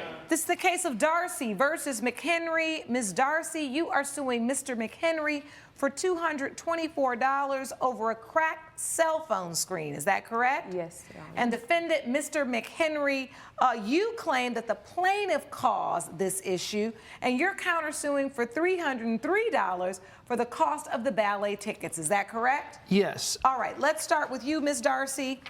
Tell the court what happened. Your Honor, I'm here today because Jonathan cracked my phone screen because he was throwing a tantrum when I had my phone out at the ballet. I was bored out of my mind and decided to text a few of my friends, and he got angry and grabbed it from me. I was not angry. He got angry because I wasn't enjoying it as much as him, and when he grabbed it, it flew under the seat in front of us and cracked. Mr. McHenry, I do want to hear from you as well. You had good intentions when you bought the ballet tickets. You thought it'd be something Ms. Darcy would enjoy. Yes. You enjoy the ballet? Oh, quite a lot. Was Your this Honor. oh, okay, so this wasn't your first ballet. No, I go and I see. He goes with his mom. The ballet well, I had to go with my mom because she wouldn't go with me. All right, so for the 6-month anniversary, limo, ballet tickets, it sounds like a nice date to me. Good seats? Yes, we had the best seats in the house. That's the only seats to have. Coming up. I was so embarrassed. Well, what made you think you gonna grab a grown woman's phone and... We're back with a dispute between Minden Darcy and Jonathan McHenry. over a damaged cell phone and ballet tickets. This young lady was doing a very beautiful pirouette, and then out of nowhere is this cell phone like blurring all of this light everywhere. And I wanted us to enjoy the evening and have a really good time, and I thought we were. She admitted in court she was texting because she was bored. Yes. So then what did you say? Well, I said, Minden, put down your phone. Like, you know, there's this, didn't you see the sign? He didn't say it in the calm way that he's saying it now. Like, it was aggression, and it was like... How aggressive? You're in the middle of the ballet. He didn't scream, did he? Okay, it was a condescending tone, Your Honor, and it's like he has this issue when things don't go his way. He wants to talk to me like he's a parent and not a boyfriend, and I don't appreciate that. I am and it's not my phone. your father. I'm not and a parent. I feel like if we're in a setting where everyone is focused on the stage and I am bored, instead of falling asleep, which I could have done and I thought I was going to do, I decided to just get in our group chat. Well, I just, you know, she didn't turn her phone off. How many times did you ask her? I believe it was 3 times. I just took the phone and I tried to turn it off. He snatched the phone, politely. Your Honor. He didn't take it. He snatched the phone. And she pulled back and it shot across the room. It flew underneath the seat of this other couple that was there. And who were already annoyed because he was causing a scene. Everyone was looking at us like it was really embarrassing. What made you think you gonna grab a grown woman's phone and take it? But I could see how that could be distracting, right? Mm-hmm. But what I don't agree with are your methods. We got escorted out of the... Oh, because after the phone flew and all that happened, y'all got escorted out of the ballet. Yes. Judge Lake's verdict, when we the people... Unfortunately for you, Mr. McHenry, you do owe Miss Darcy for the damage you caused to her phone screen. That was your doing. Do you understand that? Yes. And because you chose the person you'd like to accompany to the ballet with you, you gifted her a ticket, and that is really all you're doing. You could have seen the entire ballet, and she would have just been on the phone, and you might have broken up with her after, but you would have seen the ballet you paid for. So unfortunately, your actions caused you to miss the ballet, and not her. Now, you could have also been cold-blooded like her and just said, excuse me, I'm gonna go to the restroom, and gone to get the security, and you could have had them escort her out, and you could have stayed and enjoyed the ballet. Then you wouldn't be missing anything. A lot of other options. Unfortunately, you chose the wrong one. Judgment for the plaintiff for $224. The defendant's counterclaim is dismissed. Court is adjourned. Judge Lake has ruled in favor of the plaintiff. The defendant owes $224. I'm going to take that money and I'm going to go to a concert and actually have fun for the first time in 6 months. I guess it doesn't do any harm. My phone's getting fixed, so I accept your apology. Megan Thomas claims the contents of her purse were ruined at the nail salon when an inebriated animated customer sent acetone flying. Jalissa White says it was an accident, but the salon is at fault for leaving the bottle open. All rise. Court is now in session. The Honorable Judge Lauren Lake presiding. You may be seated. Hello, Your Honor. Good morning, Sean. Thank you. Good day, everyone. Good day. This is the case of Thomas versus White. Ms. Thomas, you are suing Ms. White for $636 for damages to your leather purse. Is that correct? Yes, ma'am, Your Honor. All right. So what happens? How is it that she causes damage to a purse of yours? Well, ma'am, Miss Lauren, again. Judge Lake. Judge Lake. Okay.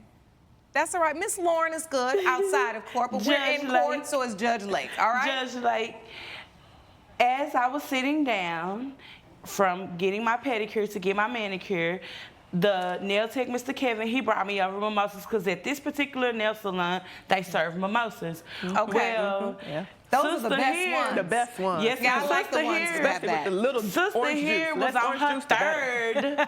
She was on her Ms. White third. said with a little bit of orange orange juice just a little bit. Just a little bit. That's how I like mine too. Yeah. Okay. Thank you, Your Honor. Okay. So, but go ahead. So we're having mimosas. Are you having one too? Yes, ma'am. I had one. Okay. Sister here was on her third, because mind you, she was already in the nail salon. That's the first thing she asked them, where's her drink? Yeah. But she walked through the door. Yep. She wanted her Yep. drink. You hear me? Yeah. She was ready. So, as I sat down, from the pedicure chair to the nail chair. Now, okay. She was stationed in the next station next to me. So the next manicure station. So Yes, now you're at ma'am. that long table where the technicians are behind in a row, and then you're next to her in a row? Yes, ma'am. Okay. Yes, ma'am. So she's all up, and she was explaining something to Miss Kim, the nail tech that she normally frequents, and all of a sudden she flailing all around and doing all this, and telling all her business. Okay, and I will there admit goes I the am a little extra talk in expressive. my purse.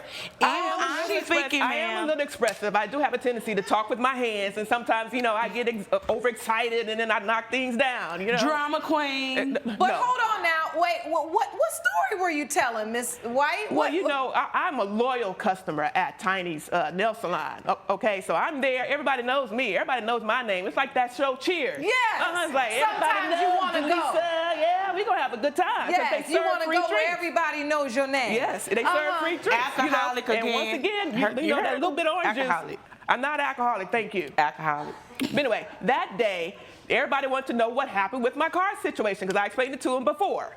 So my car, the engine broke down, and I took it to the auto shop. And on the way back, I was driving it. I made a left turn, and the wheel went flying off. And then, I didn't realize the acetone was open. Okay, wait. It was an open acetone bottle. He spilled in her purse. Let's get some more.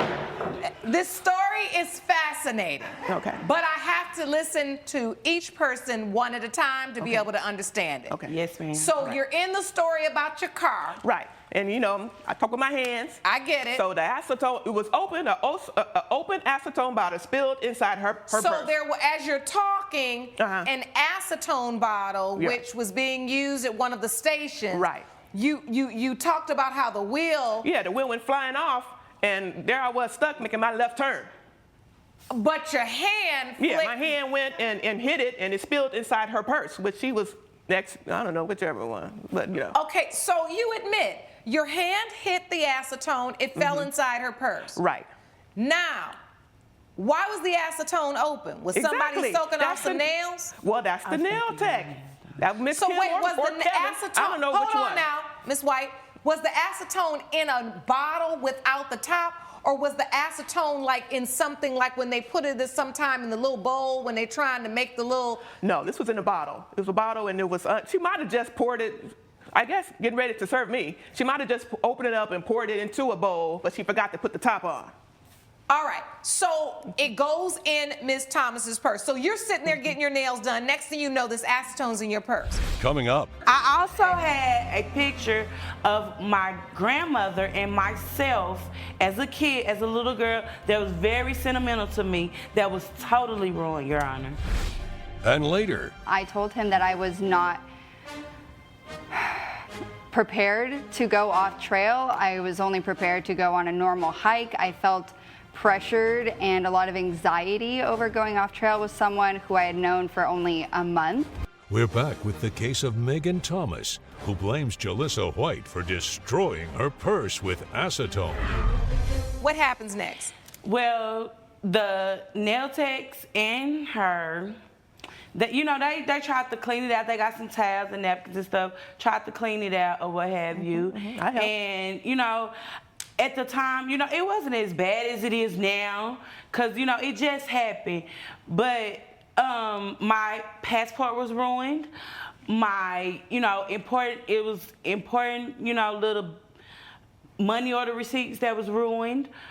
It was just, I had a lot of things. Did you bring your purse in today? I also had a picture of my grandmother and myself as a kid, as a little girl, that was very sentimental to me, that was totally ruined, Your Honor. All right, Well, I know that's difficult. Did you bring the purse in? I did, ma'am. Yes, ma'am, I did. I'd like to see that. Yes, ma'am. As you can see, the inside and the bottom part is ruined by $600. That's not $600 right there, yes, ma'am, Your Honor. it No, is. it's not. No, Your Honor, That's I have the grandmama's receipt. church. She takes the Your church Honor, on Sunday school. I have the receipt. All your evidence. Okay, yes, sir. I have the receipt of said purchase of my purse, ma'am. That's not even leather. Please, ma'am. You say it ain't even leather? And Let me definitely see not worth $600. let me see the receipt for this purse. At the Queen of Diamonds boutique. Okay. Purse was $600 plus tax. Do they still sell this purse? I don't know, Your Honor. I honestly don't know. Did you try to look up to see if you could replace the bag?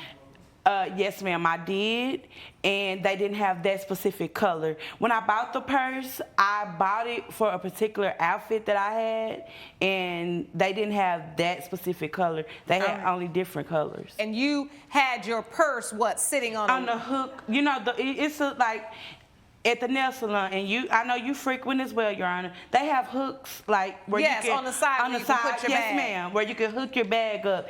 And it was open because in the midst of me sitting down, I was looking. I went into my purse to get my phone out to show Kevin, the nail tech, the design that I wanted for that specific set. So that's how it ended up being open. You When know, the acetone went yes, flying. ma'am. Yes, ma'am. Because I went in and got my phone to show him All right, the so specific hold on. design Ms. I White, I wanted. want to go back to you. When you see that you flicked or you telling your story, the acetone goes in her purse and her bag, and you all trying to clean it up, what do you say to her? Well, I apologized to her. I said, I'm sorry. You know, Your and I Honor, went and that grabbed was a- not I went an and grabbed a apology. towel and tried to clean it No, out. no. And I was like, well, hey, you know, accidents happen. Exactly. all right. Not an apology, just a, okay, well, whatever. Just blow So you off. felt like she basically just blew this off? Yes, ma'am, I do. And so did you feel like the acetone, or could you see the damage to her bag, Ms. White, at the time? No, because she took it and went with it. I mean, Miss Kim had it in her hands, and she was wiping it down, and Kevin had it, and he was trying to clean out the inside, and then she just took it and snatched it. Whoever left the bottle open, it's not my fault. I mean, it should be the salon's problem. If you hadn't been doing what you was doing, that's just me. I'm Listen, Jaleesa. I don't talk with my hands. That is the thing. Let me tell you something, I Ms. can't White. even go back to the Ms. nail White, shop. Ms. White, that's the thing about accidents. They're not on purpose. They aren't planned and they aren't intentional. I understand It's that. just something that happens. In the process of servicing clients, an open acetone bottle is a very reasonable possibility at a nail salon. It would be different if you said that it was in some odd place, maybe, but it's basically where it should be at the time it should be there for the purpose of servicing clients. Right. It just so happened because you've admitted in open court that you are just a very gregarious, you're a very outspoken and animated person. Yes. Things like that happen. And when they do happen, you offer to remedy the situation. It is the opinion and the decision of this court that at the time that the damage happened, you should have exchanged numbers, because you can't really see how much damage is going to happen until it dries. Right. But she lost significant things, and you can see that the whole bottom of the purse is stained from it, not to mention the inside is damaged. Now, you can't control whether you knock acetone on a $6 purse, a $60 purse, or a $636 purse. You really think that's $630? Well, unfortunately for you, she actually brought a receipt. And the receipt matches the bag, and so this court has to honor the evidence. Now, if you would have brought in a receipt for a bag that didn't cost that much and say, Your Honor, look at this bag for $136. This is her same bag, but you didn't present any of that evidence. Do you have it? No. Therefore, it's the order of this court. Judgment for the plaintiff is $636. Court is adjourned. Thank you, Your Honor. All rise. Judge Lake has ruled in favor of the plaintiff. The defendant owes $636. I told you, justice was served. I can't even go back to my nail shop because of you. That's your fault. No, that's your not my fault. Your I am fault. Jaleesa, for honey. being, I'm gonna talk the way I'm gonna talk. Jaleesa, honey, no, I can't look at this. I'm in the courthouse with my nails not done. Coming up, Why not just say, No, thank you. Well, I'll just do this hike. Well, I'm having a great time I told doing him I this. had reservations and that I didn't want to do it, but he just kept egging me on. Lauren Hopper claims her date pressured her to hike off trail, and while she was trying to keep up, she fell on slippery rocks. Chandler Howard says Ms. Hopper didn't object to the activity and told him she was an expert hiker. Good day, everyone. Good day. This is the case of Hopper versus Howard. Ms. Hopper, you are suing Mr. Howard for $3,075.50 for personal injury. Is that correct? That is correct. Tell the court, how were you injured? We went on a hike as a third date, and when he decided that we were going to go off trail to see a special surprise, I told him that I was not prepared to go off trail. I was only prepared to go on a normal hike. I felt pressured and a lot of anxiety over going off trail with someone who I had known for only a month. They were large rocks at the beginning, and then as we progressed further, the rocks got a lot smaller and more treacherous and slippery, and he was going much farther ahead than I was. I was much farther behind, and I felt nervous that he was going to leave me. So I tried to pick up the pace. So wait, he convinced you to go on this hike? You were nervous about going, and then he hiked way up ahead of you and wasn't there to spot you? Correct. What kind of date was this, Mr. Howard? It was supposed to be an adventurous hiking date, Your Honor. All right. You couldn't help the lady up the side I of was the staying canyon? close. Lauren had mentioned earlier that she was an expert hiker, so I thought she was going to do... when did she mention she was an expert hiker? Because she seems like a nervous walker. Coming up. I go into the water, and my foot gets caught between two of the rocks, and it twists one way, and I twist the other way. We're back with the case of Lauren Hopper, who brought Chandler Howard to court over a disastrous third date.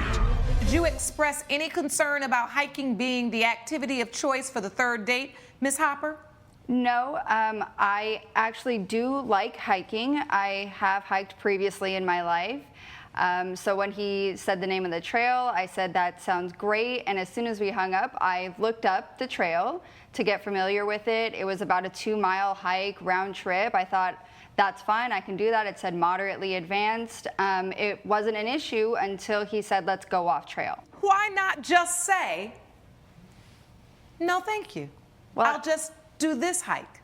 Well, I'm having a great time I told doing him this. I had reservations and that I didn't want to do it, but he just kept egging me on. So we go off trail, and there's this rock bed that has a little stream running through it, and it seems fine at first because there's a lot of large rocks that are easily manageable, but the farther along we got on this trail, the rocks kind of spaced out and the water got higher up, so there was more slippery moss-covered rocks. Yes. I jumped from one rock to the next, and more like a little hop, and my foot kind of slides over the top of this rock, and I brace myself on my arm, but I go into the water, and my foot gets caught between two of the rocks, and it twists one way, and I twist the other way, and I yell out in pain, and that's when Chandler turned around and saw that I had fallen in. Why weren't you behind her? Why weren't you leading her? Why weren't you holding her hand, her arm, or why weren't you positioned so that if something did happen to her, she didn't have to yell for you? I thought she was going to be capable enough walking through this spot. I didn't think it was that big of a deal. So when you asked for her to go off trail, did you sense the hesitation? Was that obvious to you? She was a little hesitant at first, but I thought it was just because she had been to this spot before. She didn't really know where we were going. Judge Lake's verdict when We the People returns. This is what you call a terrible accident. The question then becomes, is Mr. Howard responsible for the accident? Or did you take the risk on yourself to go hiking in an area that you were unfamiliar with? You took the risk. Now, I'll say this. As a woman, you need to be empowered enough to say what you can do, how much you can do, and if you're not comfortable doing any more, that's okay. And I feel you. When you like a guy, you just want to hang out and you want to seem like the cool, easy breezy, beautiful girl, right? That's how it is. So I understand this. I hate that you got injured on the hike. I hope that you've healed, and I hope that you will hike again, because it's a great way to exercise and find peace. But at the end of the day, you're responsible for your own injuries in this instance. With that said, judgment for the defendant, court is adjourned. Judge Lake has ruled in favor of the defendant. The plaintiff's case is dismissed. I think the judge made a correct, honest, answer here. I think it really shows who you are as a person. I was starting to fall in love, but I feel let down, so. I respect the judge's word, and I will take what she said to heart. Bryce Lakewood claims he helped his former work wife when she needed a loan, only she skipped out on the balance. Chanel Simpson says she worked off what was owed, but the plaintiff crossed the line by expecting more. All rise.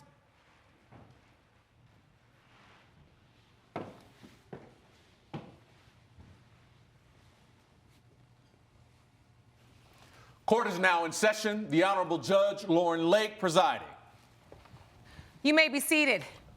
Good day, everyone. Good day. This is the case of Lakewood versus Simpson. Mr. Lakewood, you are suing Ms. Simpson for $600 from a personal loan. Is that correct? Yes, Your Honor. And Ms. Simpson, you say you do not owe the plaintiff anything. Correct, Your Honor. All right, I'd like to start with you, Mr. Lakewood.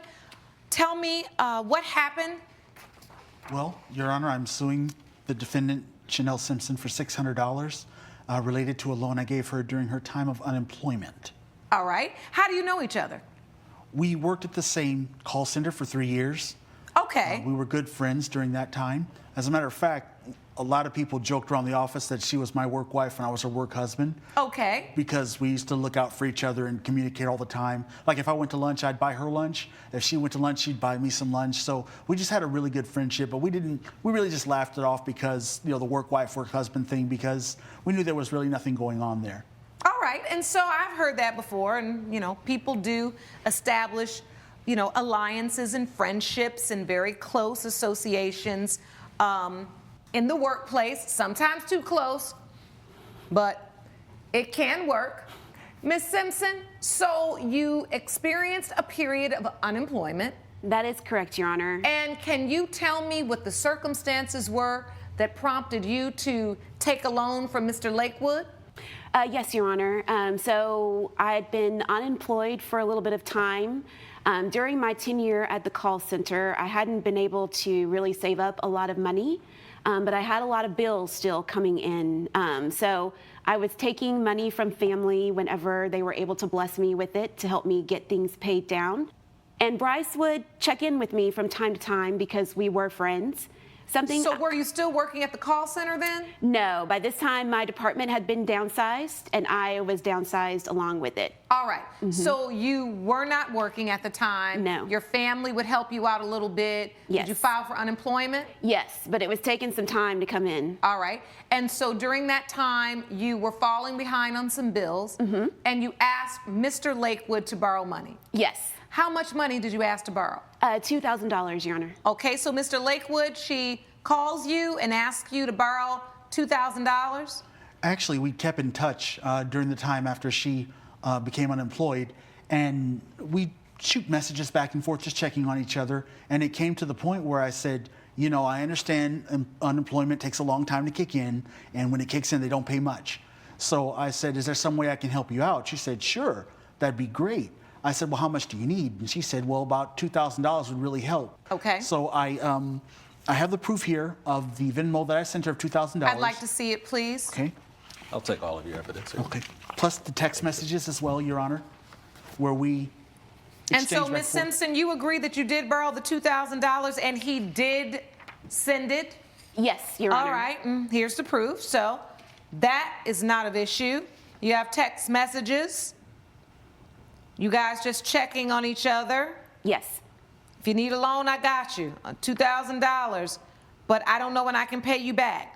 You, Mr. Lakewood, say, I've been there. There's no rush. I want to make sure you're all right. And then you say, thanks, Bryce. I promise to pay you back. And then you say, I'm not worried, I know where you live, laugh out loud.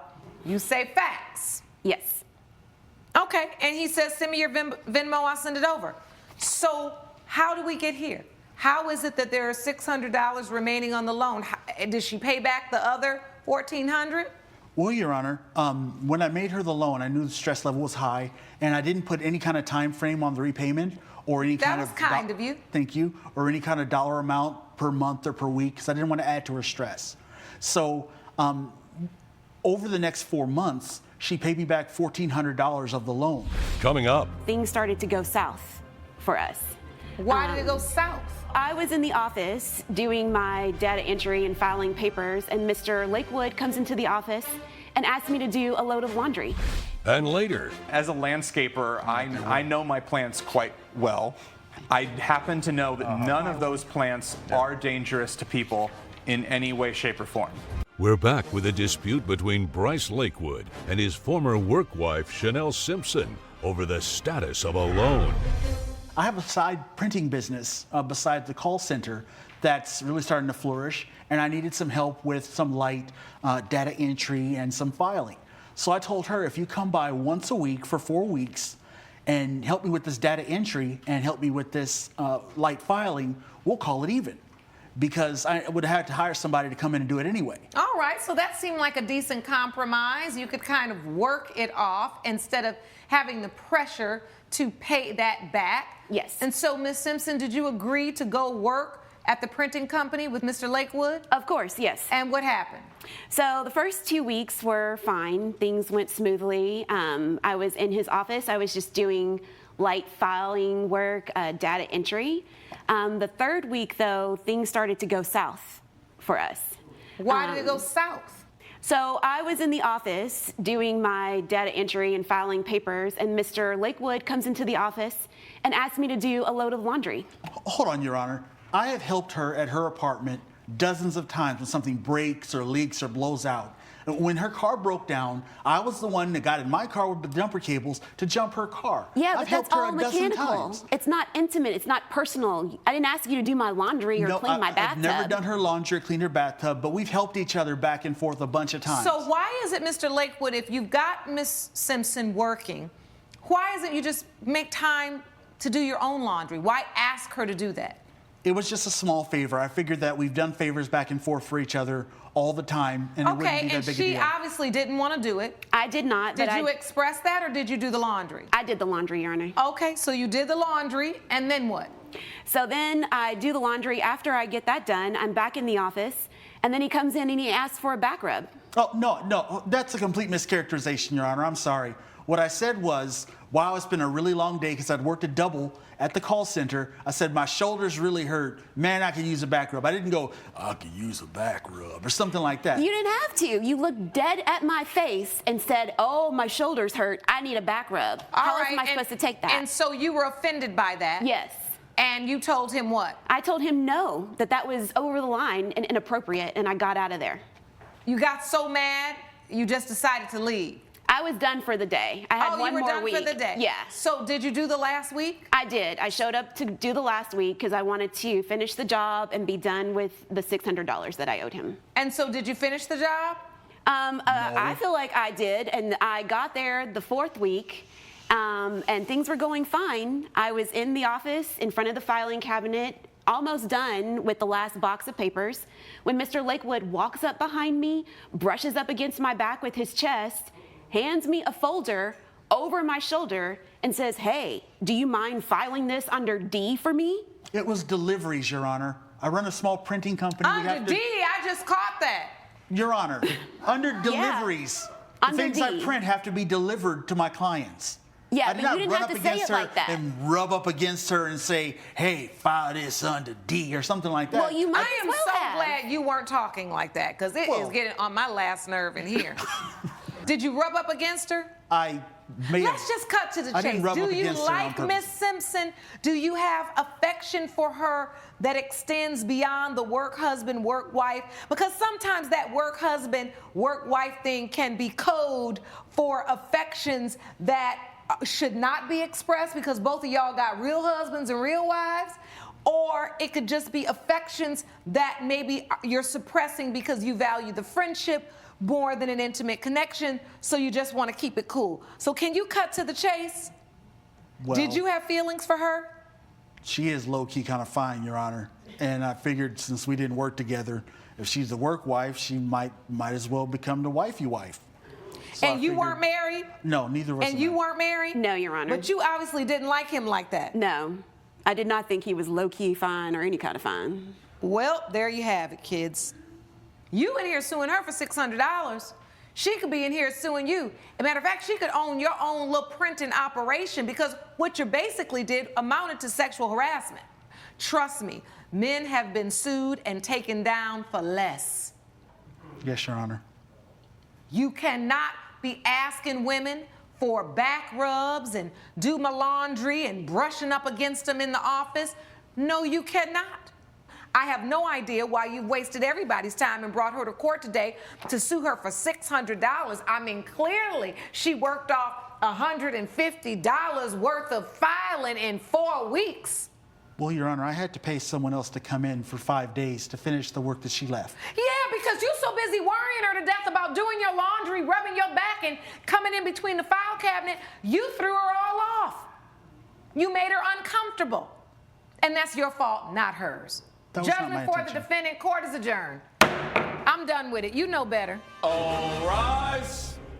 Judge Lake has ruled in favor of the defendant. The plaintiff's case is dismissed. I needed my money. You don't need the money. I gave you the money. I worked off what I owed you. You didn't need to take it this far. Well, I had to pay someone else to come in and finish your work. So. That was not my problem. You shouldn't have been so inappropriate. No, it was my problem because I need my money. Coming up. My dog, he was just acting different. He was throwing up and all of this. So then I got really worried, what's going on? When we took him to the vet, and when we took him to the vet is when, she said that there was poison. The reason why he was acting like that, he was poisoned. David and Sophia Nunez claim they were shocked that the beautiful garden they had installed was the reason their dog almost died. Michael Crest says the co-plaintiffs only asked for plants that were non-toxic to kids.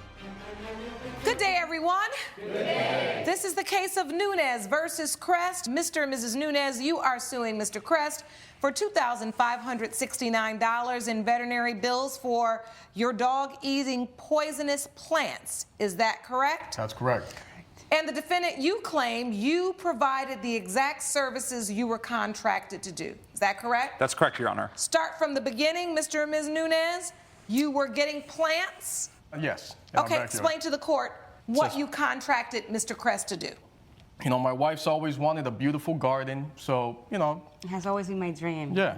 So, why not provide that for her? She contracted this individual here, and things just didn't go as planned. How did you find Mr. Crest, Ms. Nunez? Yeah, so we found him online. So I was able to find him online. I saw so many good reviews when I was looking online for that. Mr. Crest, do you remember getting the call from Mr. or Mrs. Nunez about her wanting you to do their yard? Yes, I do, Your Honor. All right, and what did that call entail? What were you talking about? The initial call was pretty general, but I did meet her at her home. She did have some very detailed, inspirational pictures that she gave me, showing me what she wanted from this job. She did specify that they had a 2-year-old son.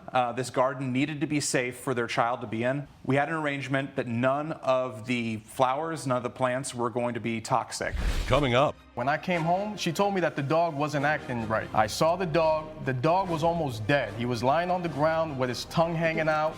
We're back with the case of David and Sophia Nunez, who brought landscaper Michael Crest to court for planting a toxic garden. Was this arrangement in writing? Yes, it was. Yes, it was. Did you bring the contract? I have it right here. May I see it, please? Absolutely. Thank you. Thank you. Continue. So, we agreed that none of the plants would be poisonous. As a landscaper, I know my plants quite well. I happen to know that none of those plants are dangerous to people in any way, shape, or form. I see in the agreement that you're to plant non-poisonous plants, customers going to pre-purchase the seeds. That's correct. So what went wrong? Did you get the garden you wanted? Well, everything in the beginning, nothing was was wrong. Like, it was beautiful. Like, he did a great job. I was extremely happy. He was happy. I was happy. So everything was fine. But then we got a dog. And a month after we got a dog. A month or so, yeah. And then everything was fine. But all of a sudden, I realized that my dog, like, he was just acting different. He was throwing up and all of this. So then I got really worried, like, what's going on? So that's when we took him to the vet. And when we took him to the vet is when, like, she said that there was poison. The reason why he was acting like that, he was poisoned. When I found the dog, when I came home, she told me that the dog wasn't acting right. I saw the dog. The dog was almost dead. He was lying on the ground with his tongue hanging out, almost lifeless. When we arranged for him to put all the plants in our garden, we specifically told him we wanted nothing not toxic because we have a 2-year-old son. You're right. Yeah, the dog wasn't around yet, but I mean, he had to be aware that animals would eventually get to these plants because there's rabbits, there's squirrels, raccoons, all kind of stuff that that could be toxic to. I don't want to find any dead animals in my garden. Judge Lake's verdict when We the People returns. When they specifically said, we don't want anything poisonous, you understood what that meant? I understood. Or what was your understanding? My understanding was that they didn't want any plants in their garden that could be potentially toxic to their 2-year-old child. They said they did not want any plants in their garden that were dangerous to humans. Why should we have to explain that? Because there are things that are dangerous to lots of different animals that aren't dangerous to humans. Chocolate is dangerous to dogs. Is it dangerous to humans? Let's get some order. You should have, just like you're just arguing about in open court today, said there are so many variables to what is toxic. All you had to do was ask them one question.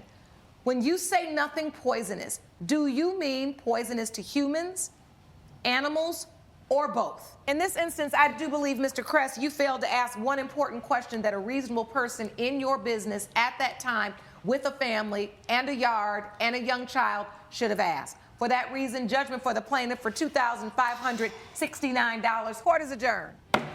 All rise. Judge Lake has ruled in favor of the co-plaintiffs. The defendant owes $2,569.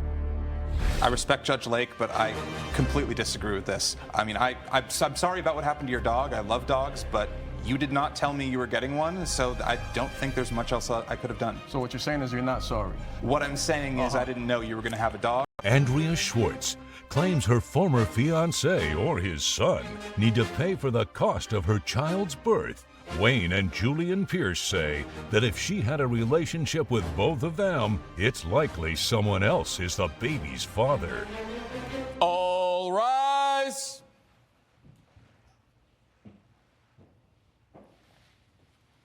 Court is now in session. The Honorable Judge Lauren Lake presiding.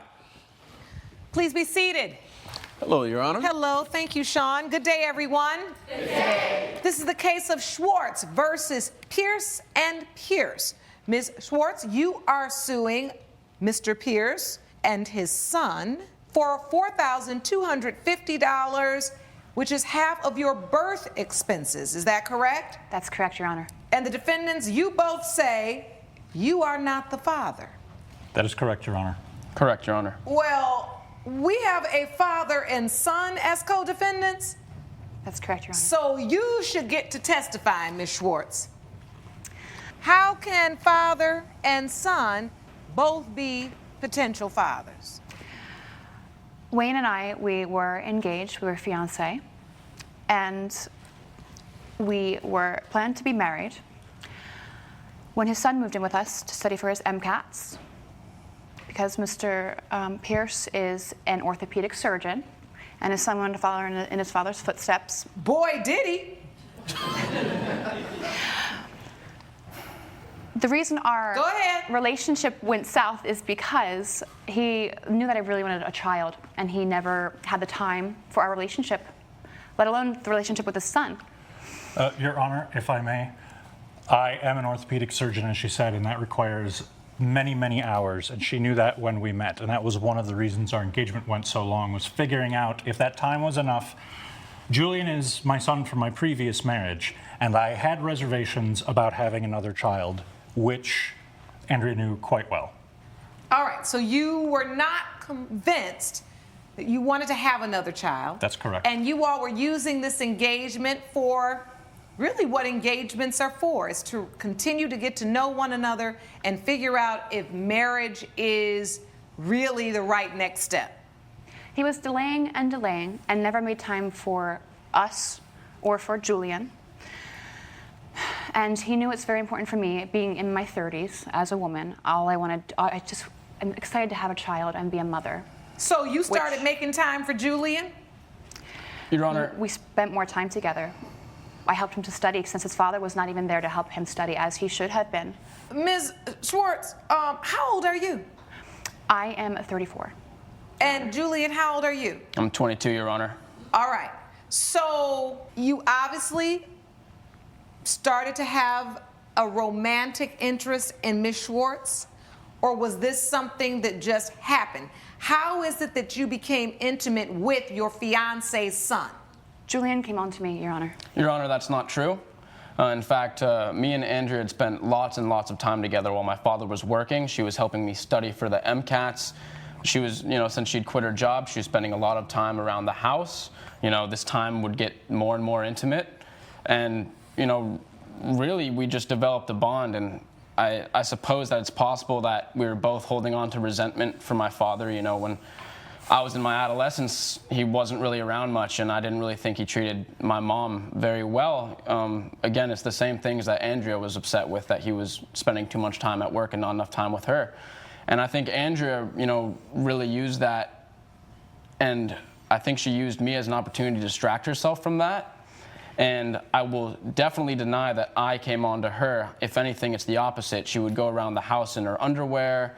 And in fact, the first time we were physically intimate, I said she initiated it. Julian came on to me, but as he was saying, we both filled a void that Wayne himself put between us as his family. Your Honor, the night we became physically intimate... I'm still stuck on walking around the house in your underwear in front of your future stepson. Is that true, Ms. Schwartz? It was a bikini. Okay. I mean, I get it. If it was by the pool or you're at the beach, he would see you in a bikini anyway. But so you're just walking around the house in your bikini. Are you going out to the pool? Yes, indeed. Yes, we live together after all. Sometimes things do get intimate. You never heard of cover-ups, huh? Coming up. It was a very difficult conversation, and yes, I was furious with him. I mean, y'all so calm. They so calm with it, right, Sean? What is going on here? Your son was sleeping with your fiance, and your fiance was sleeping with your son. We're back with the case of Andrea Schwartz, who brought potential fathers Wayne and Julian Pierce to court over the cost of her child's birth. Listen, I understand that his job, Mr. Pierce's job, was demanding. So much so that it probably did leave you with a lot of downtime. But that downtime, I don't think was... I don't think you had so much downtime that you need to get down with his son. I mean, can you find something else to do? A club to join? A gym? Yoga? I mean, there are other opportunities and activities. I made a mistake. To occupy yourself when you have a fiance that's very busy. It was a temporary lack of judgment and a lapse of So this was a judgment. one-time thing? No, Your Honor, it continued for a few months. We were both aware that, it shouldn't be happening. We were both guilty about it, but, for me at least, it was more like an addiction. And eventually, any resentment from my father stopped even being a part of this because, we'd essentially engaged in a relationship, me and her. Was it a relationship for you, Ms. Schwartz? I had begun losing feelings for Wayne after a while. He was supposed to be my fiance, but I was spending more time with his son. Regardless, Your Honor, one of these men is the father to my child. And I'm only asking for half of the birthing expenses. I think that's fair. No, don't try to skip over to the damages now. You all done started this mess. I want to understand how it all came to a ahead. At what point did you find out, Mr. Pierce, that your son and your fiance were sleeping together? So my son came to me in tears to confess to me what had happened. It was a very difficult conversation, and yes, I was furious with him. I mean, y'all so calm. They so calm with it, right, Sean? My son told me that he... What is going on here? Your son was sleeping with your fiance, and your fiance was sleeping with your son. That is correct. When I found that out, I confronted Andrea. She confessed that it was true, and I threw her out because I was done at that point. I bet you were. I bet you were. So, Ms. Schwartz, did you know that Julian was feeling that much guilt that he was going to go to his father? Or, Julian, were you feeling guilt? Or were you really trying to destroy the relationship between Ms. Schwartz and your father because you wanted her to be with you? I wasn't trying to destroy anything, Your Honor. I mean, I did feel guilt the entire time, as I'm sure Andrea did as well. But when Andrea told me that she didn't want to continue the relationship with me because she wanted to start a family with my father, it seemed ridiculous to me. And I did get upset, and I did get angry because it made no sense. My father made it clear that he didn't want to start a family with her, that he didn't want to have another child, and it was preposterous for her to think that there was any sort of future there. So for her to end that relationship with me, I was a bit curt, and I was a bit upset. And at that point, the only thing left to do was to tell my father, quite honestly, because neither relationship was going to continue after that. So, Ms. Schwartz, during the window of conception, when your child was conceived, you are saying, it is your testimony, that you were having unprotected sex with both Mr. Pierce, the father, and Mr. Pierce, the son. Yes, Your Honor. Well, that's exactly how you have a question of paternity. Were you having sex with anybody else? No, Your Honor. All right. Well, I guess there's only one way to find out who is the father of your beautiful child. Was it a boy or a girl? It's a boy, and this is baby Cameron. I keep this picture in my wallet if I may present some evidence along with the medical expenses. So by the time you had the baby? When we first separated, when we cut off our engagement, I was 6 weeks pregnant at that moment, but I did not know.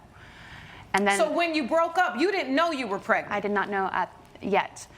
And when I wanted to contact them, the Pierces, to tell them, I had been cut off from all communication. Your Honor, I would just like to say I think it's a little bit irresponsible if she's having unprotected sex for both of us not to be taking pregnancy tests for 6 weeks after.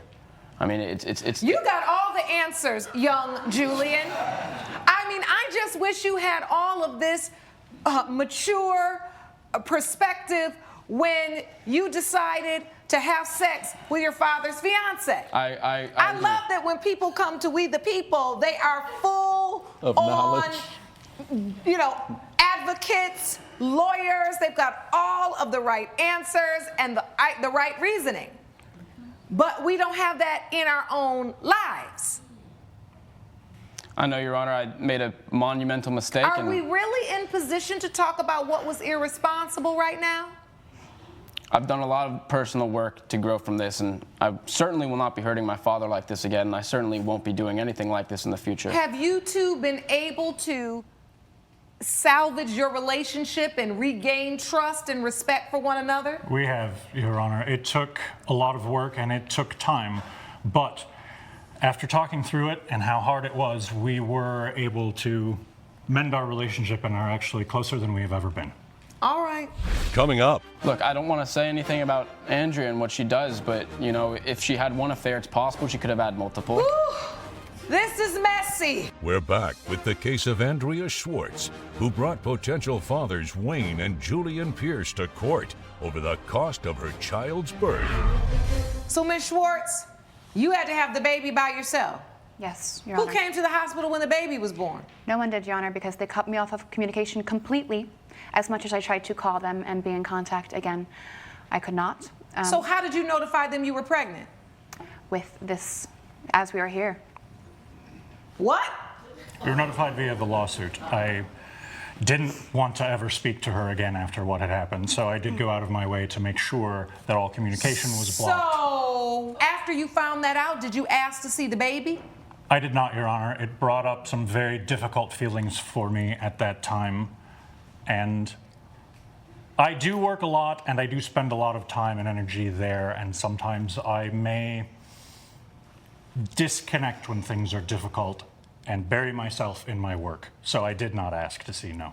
Have you seen the baby, Julian? No, I have not, Your Honor. Me and my father truly didn't want anything to do with Andrea after all of this mess, and to be honest, what about the baby? Even if you didn't want anything to do with Ms. Schwartz, you were sleeping with her unprotected.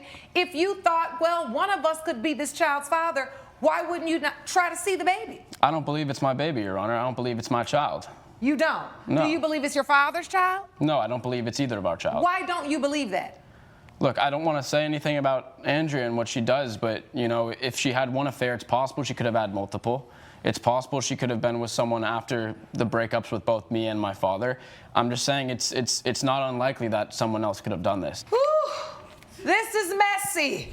Coming up. Well, there's only one way to find out whether father or son fathered Ms. Schwartz's child. I have the paternity results.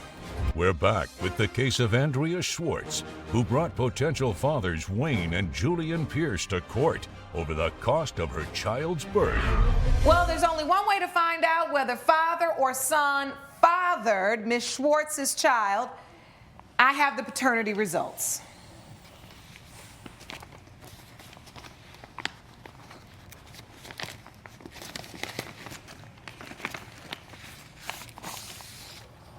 When it comes to 6-month-old baby Cameron, it has been determined by this court that Mr. Wayne Pierce, father,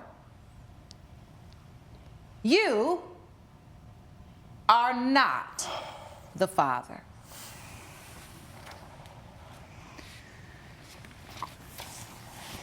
Baby Cameron is not your child. The next result reads as follows.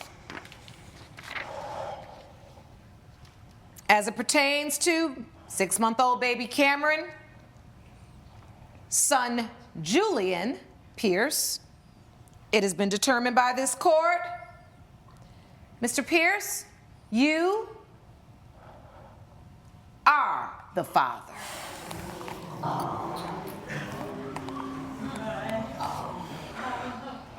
Julian, you're going to need to use all that wisdom and maturity and logic you've just tried to display in court today and help raise this baby. This is all very new information, obviously, and it's going to take some time to process this. I suppose I'll do whatever. Well, while you processing, you also need to be paying, because the baby is here. Judge Lake's verdict when We the People returns. Why are you in tears, Ms. Schwartz?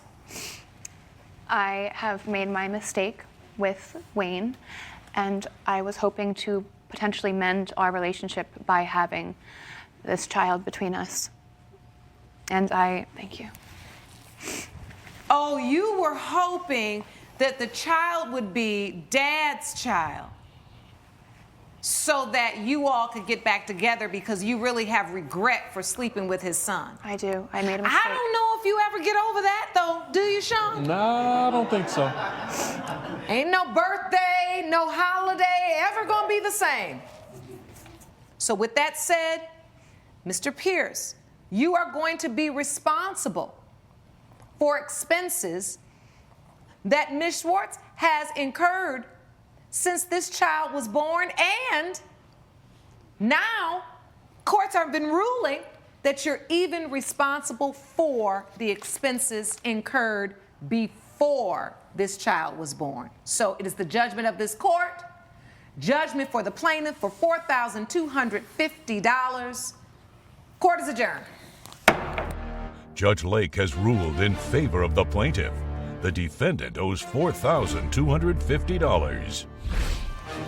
We have this beautiful blessing, this baby, and I am just happy that I was able to fulfill my dream of being a mother. So You finally got what you want, but I will make sure that my son and my grandson